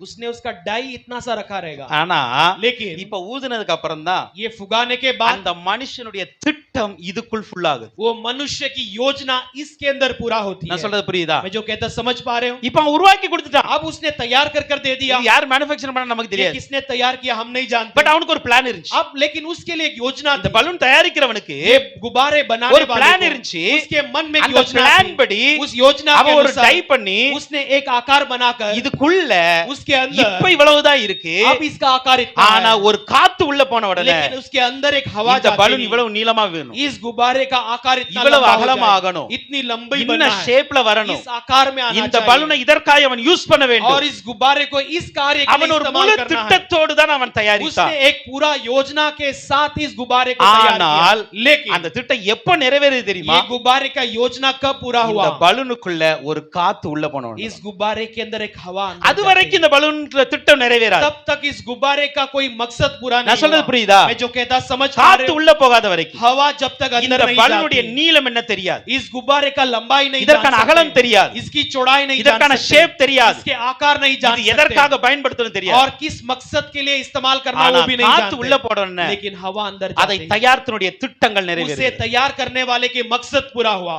தேவ ஆவியானவர் உள்ள வந்தாதான் परमेश्वर की पवित्र आत्मा अंदर आते ही நம்மை படைத்த தேவ திட்டம் உங்க வாழ்க்கையில நிறைவேறும். हमें रचाने के परमेश्वर के योजना पूरा होगी। அல்லேலூயா. हालेलुया। ஒவ்வொருவருக்கும் ஒரு திட்டத்தோடு हर एक படைத்திருக்கிறார். को एक योजना के साथ उसने उत्पन्न அது किया, ஆணா இருக்கட்டும் பெண்ணா वो இருக்கட்டும். पुरुष हो या स्त्री हो। அல்லேலூயா. हालेलुया। யாரா இருந்தாலும் சரி वो कोई भी क्यों ना हो, எல்லாருக்குள்ளும் ஆண்டவர் ஒரு திட்டத்தை வைத்திருக்கிறார். हर एक के अंदर परमेश्वर ने एक योजना रखा है। அந்த திட்டம் இல்லாமல் उस योजना के என் बिना தேவன் யாரையுமே உருவாக்கல. मेरा परमेश्वर ने किसी को भी नहीं ஏன் रचाया। அவர் அவளை கஷ்டப்பட்டு உருவாக்குனார்? क्यों एक मनुष्य को इतने तकलीफ के साथ அவர் बनाया? கஷ்டப்பட்டு உருவாக்குனா ஒரு திட்டம் இருக்கும்ல. वो तकलीफ के साथ बनाए तो ஆனா कोई இன்னைக்கு योजना ஏன் அந்த होगी। திட்டத்துக்கு நேரா நம்ம நடக்க लेकिन மாட்டோம்? क्यों आज उस योजना के आगे हम नहीं चलते? நடக்கணும் அப்படின்னா अगर चलना है இன்னைக்கு ஆண்டவர்ட்ட கேளுங்க. आज परमेश्वर से पूछेंगे, உங்க ஆவியானவர் எனக்குள்ள வர. प्रभु तेरे पवित्र आत्मा मेरे अंदर आ। ரோமர் 8:27 சொல்லுகிறது. रोमियो 8 उसका 27 ரோமன் कहती है। chapter 8:27ல रोमियो 8:27 में पढ़ते हैं, ஆவியானவர் पवित्र आत्मा தேவனுடைய சித்தத்தின்படியே परमेश्वर की इच्छा के अनुसार பரிசுத்தவான்களுக்காக வேண்டுதல் செய்கிறபடியா पवित्र लोगों के लिए वो तरफदारी करता है। इसलिए இருதயங்களை ஆராய்ந்து பார்க்கிறவர் हृदय को जांच पड़ताल ஆவியின் कर சிந்தை என்னது அறிவார். आत्मा के विचार क्या है कर वो जानता है। எல்லாத்துக்கும் ஜெபிக்க தெரியுமா? हम सब प्रार्थना करना जानते हैं? ஜெபிக்க தெரியாதா? जानते ही कि नहीं? சூப்பரா ஜெபிப்பான், அவனே ஜெபிப்பாங்களாம். बहुत अच्छा प्रार्थना करते हैं। அல்லேலூயா. हालेलुया। இங்க இருக்கிற குட்டீஸ்களே நல்லா ஜெபம் பண்ணுவாங்க. यहाँ के बच्चे बहुत अच्छा प्रार्थना करते हैं, அப்படிதானே? हाँ कि नहीं? எல்லாருக்கும் ஜெபிக்க தெரியும். सबको प्रार्थना करना आता है, ஆனா लेकिन தேவ சித்தத்தை அறிந்து தேவ திட்டத்தை அறிந்து ஜெபிக்க முடியும். परमेश्वर की योजना और उसकी इच्छा को जानकर प्रार्थना करना இங்க ஒரு आता है। காரியம் சொல்றாரு. यहाँ पर एक बात कहता है, ஆவியானவர் पवित्र आत्मा தேவனுடைய சித்தத்தின்படி பரிசுத்தவான்களுக்காக ஜெபிக்கிறார். परमेश्वर की इच्छा के अनुसार पवित्र लोगों के लिए प्रार्थना करता है। ஏங்க நம்ம ஜெபத்துல ஆவியானவர் உதவி செய்யணும்? क्यों हमारे प्रार्थना में पवित्र आत्मा मदद करना வாக்கு चाहिए? கடங்காத பெருமூச்சுகளோட ஆவியானவர் நமக்காக விண்ணப்பம் செய்கிறார். बड़े लंबे सांस के साथ परमेश्वर हमारे लिए विनती करता ஏன் है। நமக்கு ஜெபிக்க தெரியாதா? क्या हम प्रार्थना करना नहीं நமக்கு जानते? ஜெபிக்கிற ஞானம் இல்லையா? क्या हमें प्रार्थना करने की ज्ञान नहीं? அல்லது நமக்கு ஜெபிப்பதற்கான காரணங்கள் क्या இல்லையா? हमारे लिए प्रार्थना करने का कोई मकसद नहीं है? நமக்கு தான் பெட்டிஷன் அனுப்புறதுக்கு 1000 காரணம் இருக்கு. हमारे लिए तो विनती बेचने के लिए हजारों कारण है। அல்லேலூயா. हालेलुया। நம்ம ஜெபமே பெட்டிஷன் தானே. हमारे प्रार्थना ही विनती है, ஆனா பிரச்சனை என்னன்னா लेकिन समस्या क्या நம்ம है? ஜெபத்துல हमारी प्रार्थना में தேவ திட்டம் வெளிப்பட வேண்டும். परमेश्वर की योजना प्रकट होना चाहिए। தேவன் நம்மை குறித்து வைத்திருக்கிற சித்தம் நிறைவேற வேண்டும். परमेश्वर ने हमारे बारे में रखा हुआ मकसद पूरा होना, அதற்கு उसके लिए ஆவியானவர் நமக்குள்ள இருக்கணும். पवित्र आत्मा हमारे अंदर रहना जरूरी है। ஆவியானவர் நமக்குள்ள இருந்து पवित्र आत्मा हमारे अंदर தேவ रहकर திட்டத்தின்படி நாம் ஜெபித்தால்தான் परमेश्वर की योजना के अनुसार, उसकी इच्छा के अनुसार நம்மை प्रार्थना करने படைத்த पर தேவ திட்டம் நிறைவேறும். हमें रचाने वाले परमेश्वर की योजना पूरा நான் होगी। சொல்றது புரியுதா? मैं जो कहता समझ இப்போ पा रहे हो? நம்மளை குறித்ததான தேவ திட்டம் நிறைவேறுவதற்கு हमारे बारे में परमेश्वर की योजना पूरा होने के நாம் लिए ஜெபிக்க வேண்டும். हमें प्रार्थना करना ஆனா जरूरी है। ஜெபிக்கும் பொழுது लेकिन प्रार्थना करते அந்த समय தேவ திட்டத்தை वो அறிந்து ஜெபிக்க परमेश्वर की வேண்டும். योजना को जानकर प्रार्थना करना அதற்கு चाहिए। தான் பரிசுத்தாவினர் நம்முடைய ஜெபங்களை और நமக்கு उसी உதவி के लिए செய்கிறார். पवित्र आत्मा हमारे प्रार्थना में हमें मदद அப்ப करता है। பரிசுத்தாவினர் உள்ளே வரும் பொழுது तो परमेश्वर पवित्र आत्मा अंदर आते समय நீங்கள் 1 கொரிந்தியர் 12ஆம் அதிகாரத்துக்கு வாங்க. आप पहला कोरिन्थियों 12वें अध्याय में आइए। 11ஆம் வசனம் சொல்லுகிறது, उसका 11 वचन कहती இந்த है, ஆவியானவர் ये पवित्र இவை आत्मा எல்லாம் நடப்பித்து ये सब कुछ बनाकर தமது சித்தத்தின்படியே अपने इच्छा के अनुसार அவனவனுக்கு பகிர்ந்து கொடுக்கிறார். वो हर एक को अपने अपने हिसाब के अनुसार बांट कर இங்க என்ன देता है। சொல்லுகிறது? यहाँ पर क्या कहा गया है? ஆவியானவர் தம்முடைய சித்தத்தின்படியே, पवित्र आत्मा अपने इच्छा के அவன अनुसार, தேவ சித்தத்தின்படி तो पवित्र आत्मा इच्छा के अनुसार அவனவனுக்கு பகிர்ந்து கொடுக்கிறார். हर किसी को बांट कर देता என்ன है। பகிர்ந்து கொடுக்கிறார்? क्या बांट कर देता है? வரங்களில் வித்தியாசம் இருக்கு, वरदानों में भिन्नता है, ஆவியானவர் ஒருவரே. पवित्र आत्मा लेकिन ஊழியங்கள்ல வித்தியாசம் இருக்கு, सेवाओं में भिन्नता है, கர்த்தர் ஒருவரே. लेकिन परमेश्वर एक है। கிரியைகள்ல வித்தியாசம் இருக்கு, क्रियाओं में भिन्नता है, ஆனா தேவன் ஒருவரே. लेकिन परमेश्वर एक அப்படி है। சொல்லிட்டு ऐसे कहकर அங்கு ஆவிக்குரிய வரங்களை குறித்து பேசுகிறார். वहां कर आत्मिक वरदानों के बारे में बात करता है। ஞானத்தை போதிக்கும் வரம், ज्ञान को प्रचार करने की அறிவை वरदान, உணர்த்தும் வரம், बुद्धि को महसूस दिलाने वाली விசுவாசம் वरदान, கொடுக்கிற வரம், विश्वास को देने वाली वरदान, குணமாக்கும் வரம், चंगाई देने वाली அற்புதம் वरदान, செய்யும் வரம், चमत्कार करने वाली இப்படி वरदान, ஒவ்வொரு வரங்களை பேசுகிறார். ऐसे हर एक वरदान के बारे में அப்ப बातें இந்த करता வரம் है। செயல்படணும் அப்படின்னா तो ये सारे वरदान क्रिया करना है तो ஆவியானவர் கண்டிப்பா வேணும். पवित्र आत्मा बहुत जरूरी है। ஆனா அந்த ஆவியானவர் लेकिन ये पवित्र இந்த आत्मा வரத்தை எப்படி செயல்படுத்துவார் ये தெரியுமா? वरदानों को कैसे क्रिया करता है? உங்க இஷ்டப்படி ஏன் இஷ்டப்படி செயல்படுத்த மாட்டார். आपके चाहत के अनुसार या मेरे चाहत के अनुसार नहीं करेगा। இந்த வரத்தை செஞ்சுட்டா ये वरदानों को कर दूं तो நாளைக்கு பாஸ்டர் பேர் பெருசாயிரும். कल पास्टर का नाम बड़ा हो जाएगा। அப்படி செய்ய மாட்டார். वैसा नहीं करेगा। தேவ சித்தம் இருந்தால் தான் அந்த வரத்தை ஆவியானவர் செயல்படுத்துவார். परमेश्वर की इच्छा हो तो पवित्र आत्मा उस कार्य को पूरा करेगा। அல்லேலூயா. हालेलुया। அப்ப தேவ சித்தத்தின்படி தான் तो परमेश्वर की इच्छा के अनुसार ஆவியானவர் வரங்களை செயல்படுத்துவார். पवित्र आत्मा वरदानों को क्रिया இப்ப करेगा। அந்த வரத்தை பெறும் பொழுதே अब उस वरदान को पाते समय நம்ம எப்படி ஜெபிக்கணும்? हम कैसे प्रार्थना உம்முடைய करना है? சித்தத்தை நிறைவேற்ற வரங்கள் தாங்கன்னு கேட்கணும். पिता तेरे इच्छा को पूरा करने मुझे वरदान दे। அல்லேலூயா. हालेलुया। அல்லேலூயா. हालेलुया। இயேசு கிறிஸ்துவின் நாட்கள்ல தான் यीशु मसीह के दिनों में இந்த பேதுரு யோவானை தூக்கி விட்டாங்கன்ற முடவன் இருந்தான். ये पतरुस और यूहन्ना उठाने वाला एक लूला था। இயேசு கிறிஸ்து இந்த ஆலயத்துக்கு போயிருக்காரா? यीशु मसीह इस भवन में गए हैं क्या? पहले பல தடவை போயிருக்காரு. कई बार गए हैं। இயேசு கிறிஸ்து यीशु मसीह தேவாலயத்துல போய் பிரசங்கம் பண்ணாருங்க. उस भवन में जाकर संदेश दिए ஏசாயா हैं। புத்தகத்தை எடுத்து அங்கதானே வாசித்தாரு. यशायाह की किताब को वहीं पर पढ़ा। அப்ப அந்த தேவாலயத்துக்கு இயேசு போனார்ல. तो उस भवन में यीशु मसीह गए हैं। அப்ப அவன் பிறவில இருந்த முடவன் இல்ல. तो ये तो जन्म से लूला அப்ப है। இயேசு கிறிஸ்துவின் நாட்கள்ல அவன் முடவனா तो இருந்தார். यीशु मसीह के दिनों में भी ये लूला था। ஆனால் இயேசு அவனை சுகமாக்கவில்லை. लेकिन यीशु ने उसे चंगा नहीं ஏன் किया। இயேசுட்ட வரம் இல்லையா? क्या यीशु के पास वरदान नहीं है? ஏன் செய்யல? ஏன் அவனை செயல்படுத்தல? क्यों यीशु ने उस वरदान को क्रिया नहीं किया? எங்க பேதுருவையே விசுவாசத்தோடு பார்த்தவன் இயேசுவை பார்த்திருக்க மாட்டானா? पतरुस को विश्वास के साथ देखने वाला यीशु को इस विश्वास नहीं देखा என்னோட होगा। கேள்வி, मेरा सवाल, பேதுரு யோவானையே पतरुस और यूहन्ना को விசுவாசத்தோடு பார்க்கறான். उस लूला जो है विश्वास के அப்ப साथ இயேசுவை देखता है। எவ்வளவு விசுவாசத்தோடு तो பார்த்திருப்பான்? यीशु मसीह को कितना विश्वास के साथ देखा ஆனால் होगा। இயேசு அவனை சுகமாக்கவில்லை. लेकिन यीशु ने उसे चंगा नहीं அதற்கு किया। காரணம் வரமில்லை என்றல்ல, उसका कारण ये नहीं है कि उसके पास वरदान नहीं थी, தேவ சித்தம் இல்லை. परमेश्वर का चाहत नहीं थी। நான் சொல்றது புரியுதா? अब அவனை குணமாக்குறதுக்கு இயேசுக்கு சித்தம் இல்ல, उससे चंगा करने के लिए यीशु मसीह को चाहत नहीं, தேவ சித்தம் பேதுரு யோவானை கொண்டு அவனை और குணமாக்கு. परमेश्वर की चाहत यूहन्ना और पतरुस के द्वारा उसे चंगा அப்ப करना। தேவ ஆவியானவர் உள்ள இருந்தா तो परमेश्वर की पवित्र आत्मा जब अंदर रहेंगे, சுகமளிக்கிற வல்லமை கூட தேவ சித்தத்தின்படி தான் நடக்கும். चंगा करने वाली वरदान भी परमेश्वर की इच्छा के अनुसार ही होगी। அப்ப தேவ திட்டம் உள்ள நம்ம तो வாழ்க்கையில परमेश्वर நிறைவேறும். की योजना हमारे जीवन में पूरा होना है। நாம் ஆவியின் நிறைவுல இருக்கோம். हम आत्मा की भरपूरी में அப்ப रहना ஆவியானவர் चाहिए। உள்ள வந்து நிரப்பும் பொழுது तो पवित्र आत्मा अंदर आकर जब हमें நம்முடைய भरेंगे, வாழ்க்கையில இந்த மூன்று காரியங்கள் நடக்கும். हमारे जीवन में ये तीन बातें होने சரியான लगेंगी। சீர்படுத்தலுக்கு வருவோம், हम सही प्रकार के सुधार में आएंगे, ஆவியின் வளர்ச்சி சரியா வருவோம், आत्मा की बढ़ोतरी में हम सही रीति में தேவ आएंगे, திட்டத்தின்படி நம்ம வாழ ஆரம்பிப்போம். परमेश्वर की इच्छा के अनुसार जीने लगेंगे। அப்படிதான் நம்ம ஒப்பு கொடுக்கணும். वैसे हम समर्पण हालेलुया। हालेलुया। நிறைவான ஆவியானவரே, நீர் வரும்போது குறைவுகள் மாறுமே. நிறைவான ஆவியானவரே, நீர் வரும்போது குறைவுகள் மாறுமே. நீர் வந்தா சூழ்நிலை மாறுமே,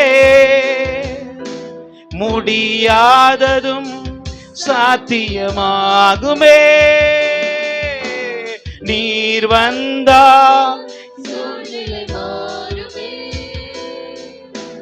முடியாததும் சாத்தியமாகுமே.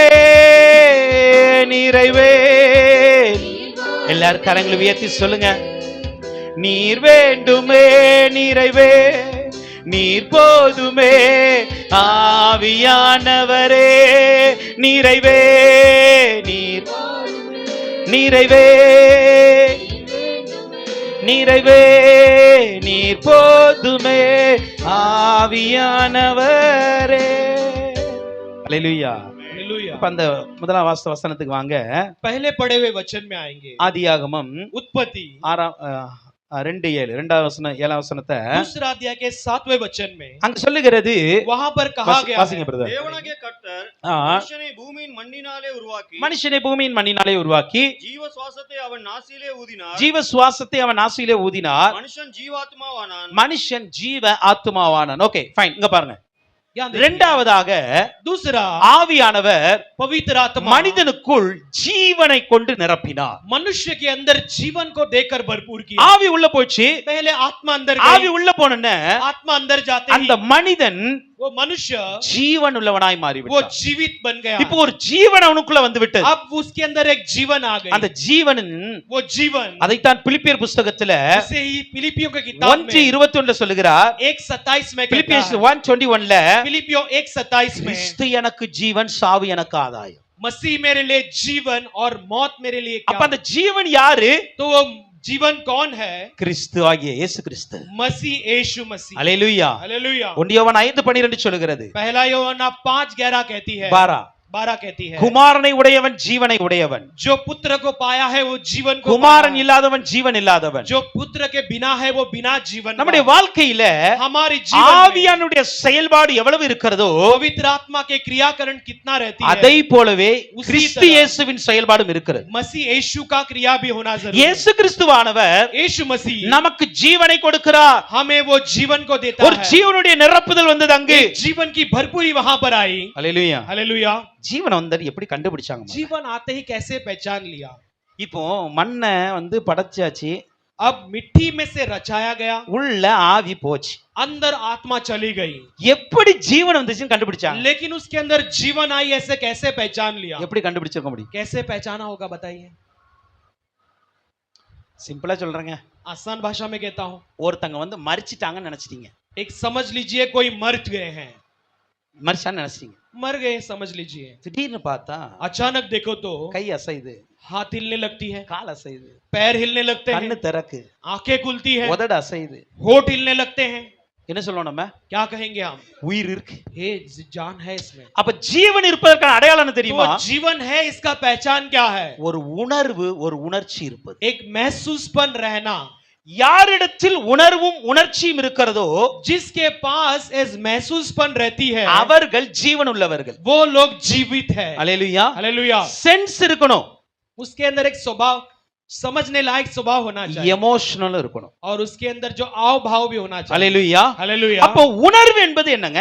तो इसका महसूसपन यानी क्या? உணர்வு என்பது महसूसपन நம்முடைய यानी மனதிற்குள் அறிகிற தன்மையை கொண்டு வருகிறது. हमारे मन के अंदर एक जानकारी को ले आती है। அல்லேலூயா. हालेलुया। உம்முடைய வசனத்தினால் என்னை உணர்வுள்ளவனாக்கும். तेरे वचन के द्वारा मुझे जानकार உம்முடைய बना ले। கட்டளைகளினால் நான் உணர்வடைந்தேன் அப்படிங்கிறார். तेरे आज्ञाओं के द्वारा मैं समझ पाया कर உம்முடைய வசனத்தின் பிரசித்தம் எனக்கு உணர்வை தந்தது அப்படிங்கிறார். तेरे वचन की प्रसिद्धता मुझे एक समझ को देती है। இந்த உணர்வானது ये जो समझ है நம்முடைய மனசுக்குள்ள हमारे मन के अंदर ஒன்றை கேட்ட உடனே किसी बात को मांगते ही உள்ள போய் அதற்கான நாலேஜை கொடுக்கும், அதற்கான அறிவை अंदर கொடுக்கும். जाकर उसके योग्य बुद्धि को देती है। வசனம் வருகிறது, वचन आ रही है, விபச்சாரியே அப்படின்னு வருது. हे व्यभिचारी कर आती அப்ப है। விபச்சாரம் செஞ்சவங்களுக்குள்ள तो व्यभिचार किए हुए लोगों के என்ன अंदर வரும்? क्या आएगा? உள்ள ஒரு உணர்வு வரும். मन के अंदर एक महसूस ஐயோ இன்னைக்கு ஆண்டவர் நம்மளை பத்தி தான் பேசுறார். हाय आज परमेश्वर मुझे देखकर मेरे बारे में बोल रहा है।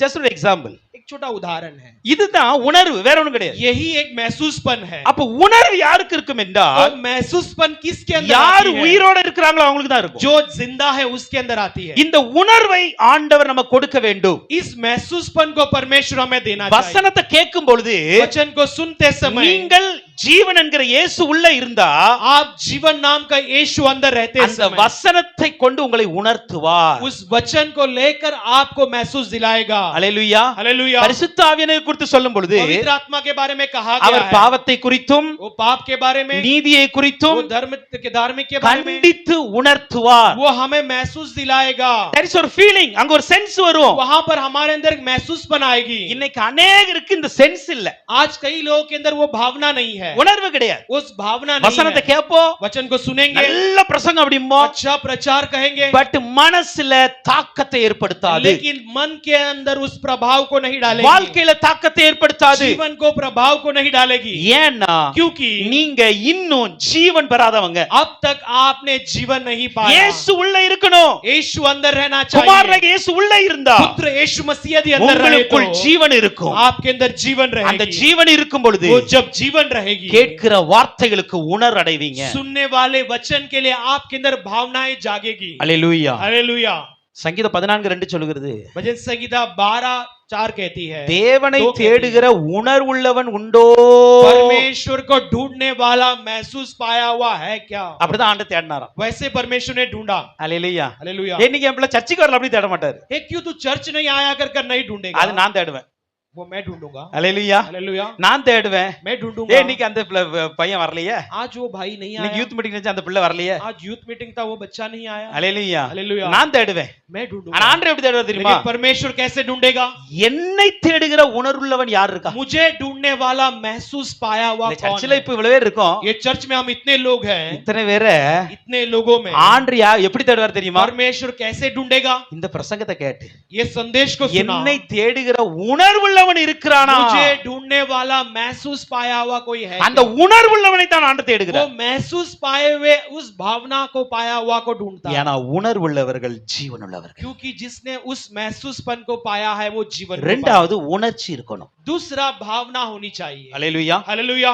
உணர்ச்சி இருக்கணும். भावना होनी चाहिए। உணர்ச்சி என்ன தெரியுமா? भावना यानी क्या? எனக்குள்ள இருக்கிற உணர்வுகளின் வெளிப்பாடு தான் உணர்ச்சி. मेरे अंदर के आव भाव को प्रकट करने के कार्य मेरी भावनाएं हैं। இப்போ எனக்கு ஒரு துக்கமான செய்தி अब வந்துச்சு. मुझे एक दुखित संदेश आया। என் உணர்வு துக்கப்படுது. मेरा जो मन है, என் भावना மனசு துக்கப்படுதுங்க. मेरी मन दुखित होती இந்த है। துக்கத்துல इस दुख में நான் வாய் விட்டு கதறி அழுதுச்சேன் அப்படின்னா அது मैं பேரு உணர்ச்சி. मुंह खोल कर मैं अगर कर्रा कर रो लिया तो तो मैंने अपने भावनाओं को प्रकट किया। நான் சொல்றது புரியுதா? मैं जो कहता समझ पा रहे हो? உணர்வு என்பது भावना அந்த यानी காரியத்தை உள்ள நமக்குள்ள கொண்டு அறிய उस வைக்கும், बात को हमारे अंदर महसूस दिलाएगी, நம்முடைய அறிதலுக்கு ஞானத்தை கொடுக்கும், हमें उसको समझने लायक बुद्धि को देगी, அதுல உணர்வு அடைந்த உடனே और उसमें हम समझ அது पाते हैं உணர்ச்சியாக और வெளிப்படும். वो हमारे अंदर भावनाओं को प्रकट करेगी। அது अன்பா वो இருக்கலாம், प्रेम हो सकती है, கோபமா वो இருக்கலாம், गुस्सा हो सकता है, அழுகையா वो இருக்கலாம். रोना हो सकता है। புரியுதா? இதெல்லாம் உணர்ச்சிகள். ये सब हमारी भावना இப்ப है। வசனத்தை கேட்கும் பொழுது अब वचन को सुनते समय அல்லேலூயா, हालेलुया, ஐயோ நீ பாவம் செஞ்சிட்ட, हे तूने पाप किया, வசனம் வருது, वचन आ रही है, உள்ள உணர்வும் அடைஞ்சிட்டோம். अंदर हमने महसूस भी पा लिया, ஐயோ நான் பாவி,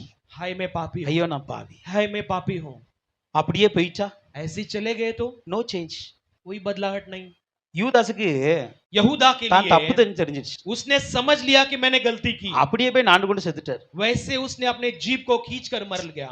பேதுருக்கு पतरुस के लिए தான் தப்பு செஞ்சு தெரிஞ்சிச்சு, वो समझ गया मैंने गलती की। அவர் என்ன பண்ணார் தெரியுமா? उसने क्या किया? அந்த தவறை உணர்ச்சியில் காட்டினார். அவர் उस अपने गलती को भावना के द्वारा प्रकट किया। மனம் கசந்து அழுதான். वो फूट फूट कर रोया। நான் சொல்றது புரியுதா? मैं जो அவன் कहता மனம் समझ- கசந்து அழுதான். वो फूट फूट कर रोया। ஐயோ என் ஆண்டவர் சொன்னார், இன்னைக்கு சேவல் கூவுவதற்கு முன்பாக நீ 3 முறை மறுதலிப்பாய். हाय मेरे परमेश्वर ने कहा कि आज मुर्ग बांगने से पहले तू 3 बार इनकार करेगा। மூன்றாவது முறை சேவல் கூவின போது और तीसरी बार जब मुर्ग ने बांगा, பேதுருக்குள் அந்த உணர்வு வந்தது. पतरुस के अंदर वो भावनाएं आई। நான் சொல்றது புரியுதா? मैं जो कहता அந்த समझ உணர்வு रहे हो? வந்துச்சு. वो भावना अंदर आई। ஐயோ 3 வருஷம் சேவல் கூப்பிடு, நான் 3 முறை हाय वो மறுதலிச்சிருவேன். जो तीसरी बार मुर्ग बांगते समय मैंने इसे इनकार कर என் दिया। இயேசு சொன்னாரே. मेरे यीशु ने அந்த कहा, உணர்வு வந்த உடனே वो महसूस अंदर आते அவன் ही அழுகையான உணர்ச்சியில் அதை वो வெளிப்படுத்தினான். अपने आंसुओं के द्वारा उसे भावनाओं को प्रकट किया। அதுதான் அவனுக்கு ஜீவனை கொடுத்தது. यही उसे जीवन को दे दी। யூதாசுக்கு மரணம் வர காரணம் தெரியுமா? यहूदा के लिए मौत आने का कारण क्या है? உணர்வு வந்தது, உணர்ச்சி வரல. उसके अंदर महसूसपन आया लेकिन भावना नहीं प्रकट हो பேதுருக்கு पाई। ஜீவன் கிடைக்க காரணம் தெரியுமா? पतरुस के लिए जीवन मिलने का कारण क्या है? உணர்வும் வந்து உணர்ச்சியும் அதை காட்டினான். महसूसपन भी आई, समझ के द्वारा, भावनाओं के द्वारा प्रकट இன்னைக்கு भी किया। வசனத்தை கேட்டு உணர்வடைவது நல்லதுதான். आज वचन को सुनकर हमारे अंदर समझ आना सही बात அதை है, நம்முடைய வாழ்க்கையில் வெளியே கொண்டு வர लेकिन வேண்டும். उसे हम अपने जीवन में बाहर ले आना। பரிசுத்தம் வேண்டும் என்கிற உணர்வோடு இருக்க கூடாது, पवित्रता चाहिए, ऐसे समझ के साथ रहना ही नहीं, பரிசுத்தமாய் வாழ வேண்டும் என்கிற உணர்ச்சியோடு நம்ம लेकिन போகணும். पवित्रता के साथ जीना, ऐसे भावनाओं को ஆனா प्रकट சில करना। நேரத்துல लेकिन कुछ समय में உணர்வு இருந்துட்டு உணர்ச்சி இல்லாம இருந்தது பிரச்சனை. भावनाओं को रखकर समझ नहीं है तो भी समस्या है। சில பேருக்கு உணர்ச்சி மட்டும் தான் இருக்கும், உணர்வு और இருக்காது. कुछ लोगों के अंदर भावना ही केवल रहेगी लेकिन समझ नहीं रहेगी। அல்லேலூயா. हालेलुया। உணர்ச்சினா என்ன தெரியுமா? महसूस पन यानी क्या? பாட்டு சத்தம் போட்டு படிப்பாங்க, गीत को बड़े आवाज के साथ गाएंगे ஆனா உள்ளத்துல ஒண்ணுமே இருக்காது. लेकिन मन के अंदर कुछ भी नहीं இது என்ன रहेगा। தெரியுமா? வெறும் உணர்ச்சி மட்டும் ये இருக்கு. क्या है? केवल भावनाओं को प्रकट இட்ஸ் करना। ஜஸ்ட் எமோஷனல், ये केवल भावना है நாட் சென்ஸ்ல போகலது. लेकिन हमारे समझ में नहीं ஆனா गई है। யாருக்கு உணர்வு உள்ள உணர்ச்சியோடு வெளிப்படுகிறதோ लेकिन जो अपने समझ के साथ भावनाओं को प्रकट करते हैं, அவர்களுக்குள் ஆவிக்குரிய ஜீவன் நிலைத்திருக்கும். उनके अंदर आत्मा के योग्य जीवन बनी रहती है। அல்லேலூயா. हालेलुया। அப்ப இன்னைக்கு உணர்வடைவது மாத்திரமல்ல, तो आज केवल हम महसूस அதை पन के உங்கள் साथ வாழ்க்கையில் समझ வெளியே पाना ही கொண்டு नहीं, வாருங்கள். लेकिन उसे अपने जीवन में बाहर प्रकट அதுவே कीजिए, உங்களுக்கு நித்திய ஜீவனை और கொடுக்கும். वही तुम्हें अनंत काल का जीवन दे। அல்லேலூயா. हालेलुया। அதே போல இந்த ஜீவனை நிரப்பும் பொழுது उसी तरह ये जीवन को जब भरपूर करता ஒரு है, செயல்பாடு வர ஆரம்பிக்கிறது. एक क्रिया होने लगती है। அல்லேலூயா. हालेलुया।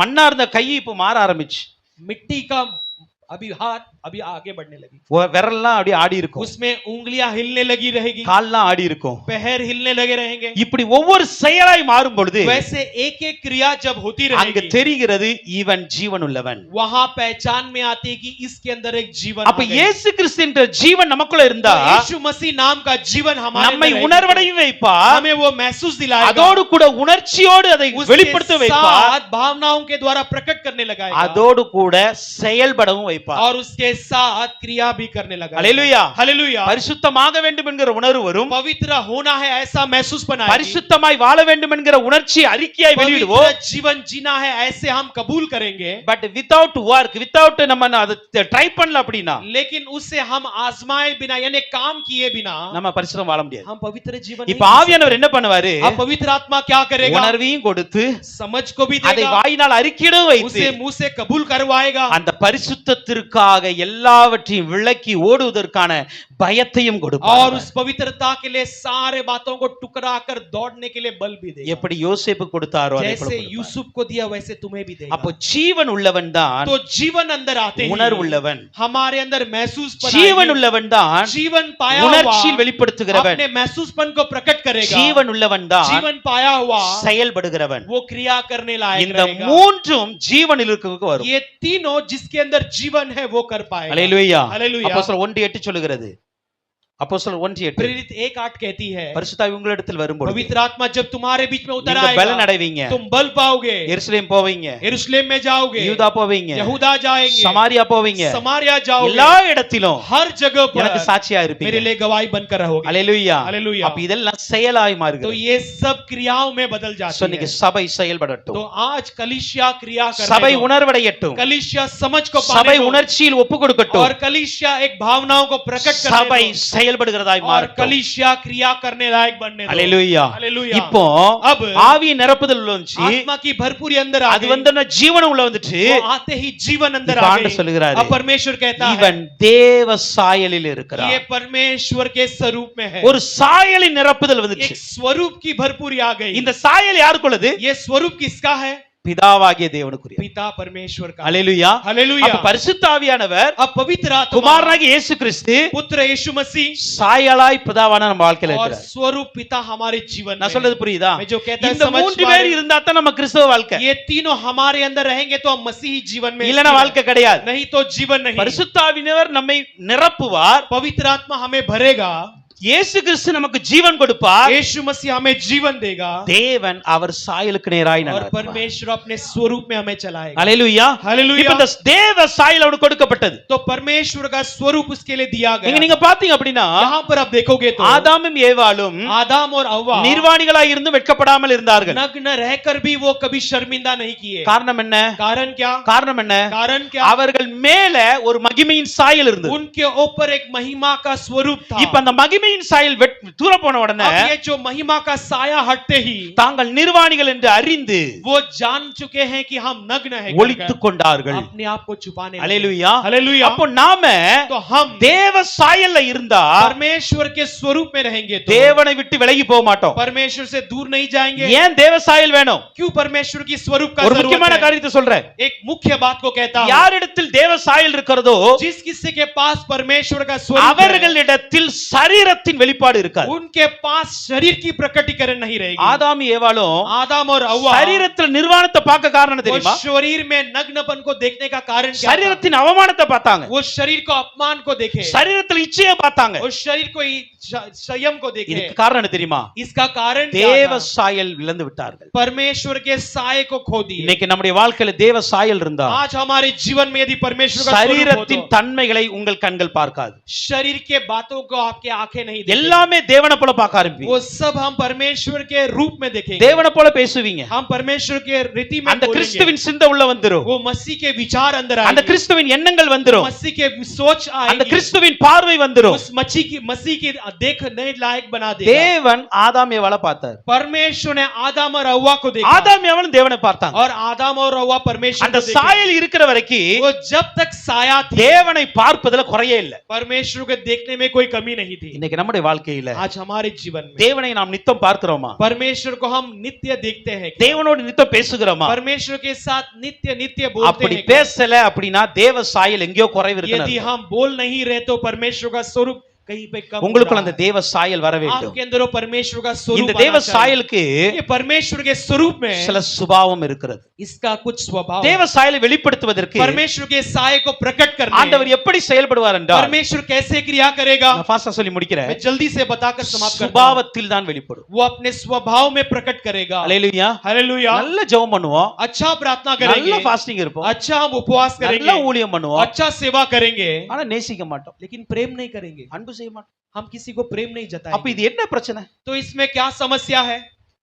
பொறுமை கிடையாது, धीरज नहीं है, கோபம், गुस्सा, பொறாமை, ईर्ष्या, கசப்பு, कड़वाहट, இதெல்லாம் தேவ சாயலா? ये सब क्या परमेश्वर की साया அப்ப है? எங்க பிரச்சனை தெரியுமா? तो कहां पर समस्या है? ஆராதிப்பதுல பிரச்சனை இல்ல, आराधना करने में कोई समस्या ஊழியம் नहीं, பண்றதுல பிரச்சனை இல்ல, सेवा करने में कोई समस्या எங்க नहीं। பிரச்சனைனா कहां पर समस्या தேவ है? சாயலை நான் பெற்றுக்கொள்ளல. परमेश्वर के साये को अभी तक नहीं தேவ पाया। சாயல் வந்துட்டா परमेश्वर का स्वरूप यदि தேவ आ गई சுபாவம் तो வந்துருங்க. परमेश्वर का स्वभाव आ நீங்கள் जाए। ஒரு வசனத்தை பார்க்கலாம். आप एक वचन को देख सकते हैं। எபேசியர் 4ஆம் அதிகாரம் 24ஆம் வசனம் சொல்லுகிறது, इफिसियों 4 अध्याय के 24 वचन कहती है, மெய்யான நீதியிலும் सच्चे धार्मिकता में, பரிசுத்தத்திலும் पवित्रता में தேவனுடைய சாயலாக சிருஷ்டிக்கப்பட்ட புதிய மனுஷனை தரித்துக் கொண்டீர்கள். परमेश्वर के साये में सृजन किए हुए परमेश्वर के पवित्र एक नए रूप को तुम धारण कर लो। அப்ப தேவ சாயல் நம்ம தரிச்சிட்டோம். तो परमेश्वर के साये को हमने धारण कर लिया। வருகையில போற சாயல் வேற. आगमन में जाने वाला स्वरूप अलग है। ஆமா, இந்த சாயல் அங்க வாழ்ந்தா தான் அங்க போக முடியும். यहाँ पर इस साये के साथ जीने पर वहां जा सकते இல்ல हैं। 40 நாள்ல 80 நாள் ஃபாஸ்டிங் பண்ணாலும் போக முடியாது. नहीं तो 40 दिन क्या 80 दिन उपवास करने पर भी कुछ नहीं होगा। அல்லேலூயா. हालेलुया। இங்க சொல்லுகிறது நீங்கள் புதிய சாயலை தரித்துக் கொண்டீர்கள். यहाँ पर कहा गया तुमने नए साये को धारण कर அப்படி लिया। சொல்லிட்டு சொல்றாரு, ऐसे कहकर कहता है 31 32 31 32 31-32 वचन में சகலவிதமான கசப்பு, हर प्रकार के कड़वाहट, கோபம், ईर्ष्या, क्रोध, மூர்க்கம், मूर्खता, கூக்குரல், उसमें अब हम अपने आवाज को जो उठाते हैं, தூஷணம், हम दूसरों को दुष्ट जो कहते हैं, துர்க்குணம், हमारे अंदर के निर्बुद्धि, இதெல்லாம் உங்களை விட்டு நீங்க கடவது. ये सब आपके अंदर से दूर हो जाए। அப்படி சொல்லிட்டு சொல்றாரு, ऐसे कहकर कहता है ஒருவருக்கொருவர் एक दूसरे से தயவாய் दया के साथ, மன உருக்கத்தோடு मन की दया के साथ, கிறிஸ்து மன்னித்தது போல நீங்களும் மன்னியுங்கள். जैसे मसीह ने क्षमा किया वैसे तुम भी क्षमा करो। அப்ப தேவ சாயல் உள்ள வந்துட்டுனா तो परमेश्वर का स्वरूप यदि अंदर आ गई तो கோபம் வராது, गुस्सा नहीं आएगी, மூர்க்கம் வராது, मूर्खता नहीं आएगी, பொறாம வராது, ईर्ष्या नहीं आएगी, கசப்பு வராது, कड़वाहट नहीं आएगी, இச்சை வராது, स्वयं नहीं आएगी, சண்டை வராது, வீட்ல झगड़े नहीं आएंगे, घर என்ன வரும் परिवार தெரியுமா? में। क्या आएगी जानते हो? எனக்குள்ளே கிறிஸ்துவின் சுபாவம் வந்துரும், मेरे अंदर मसीह का स्वभाव अंदर आएगी। மனதுருக்கம் வந்துரும், हम दूसरों को दयावंत தயவு बनेंगे, வந்துரும், हम दूसरों के लिए करुणा दिखाएंगे, அன்பு வந்துரும், प्रेम दिखाएंगे, பரிசுத்தம் வந்துரும், पवित्रता आएगी, சமாதானம் வந்துரும், शांति आएगी, மெய்யான நீதி வந்துரும், और सच्ची धार्मिकता आएगी, மெய்யான பரிசுத்தம் और வந்துரும், सच्ची पवित्रता आएगी, உண்மையான அன்பு வரும். और सच्चा प्रेम आएगा। அல்லேலூயா. हालेलुया। இன்னைக்கு சபை आज कलीसिया ஆவியில நிரம்பி இருக்கு, आत्मा में भरी हुई है, அதோடு ஜீவனும் இருக்கிறது, उसके साथ जीवन भी है, ஆனா சாயல் இல்ல. लेकिन साया नहीं है। அல்லேலூயா. Hallelujah. there is no image, वहां पर कोई रूप नहीं அங்க है, தேவ சாயல் இல்ல.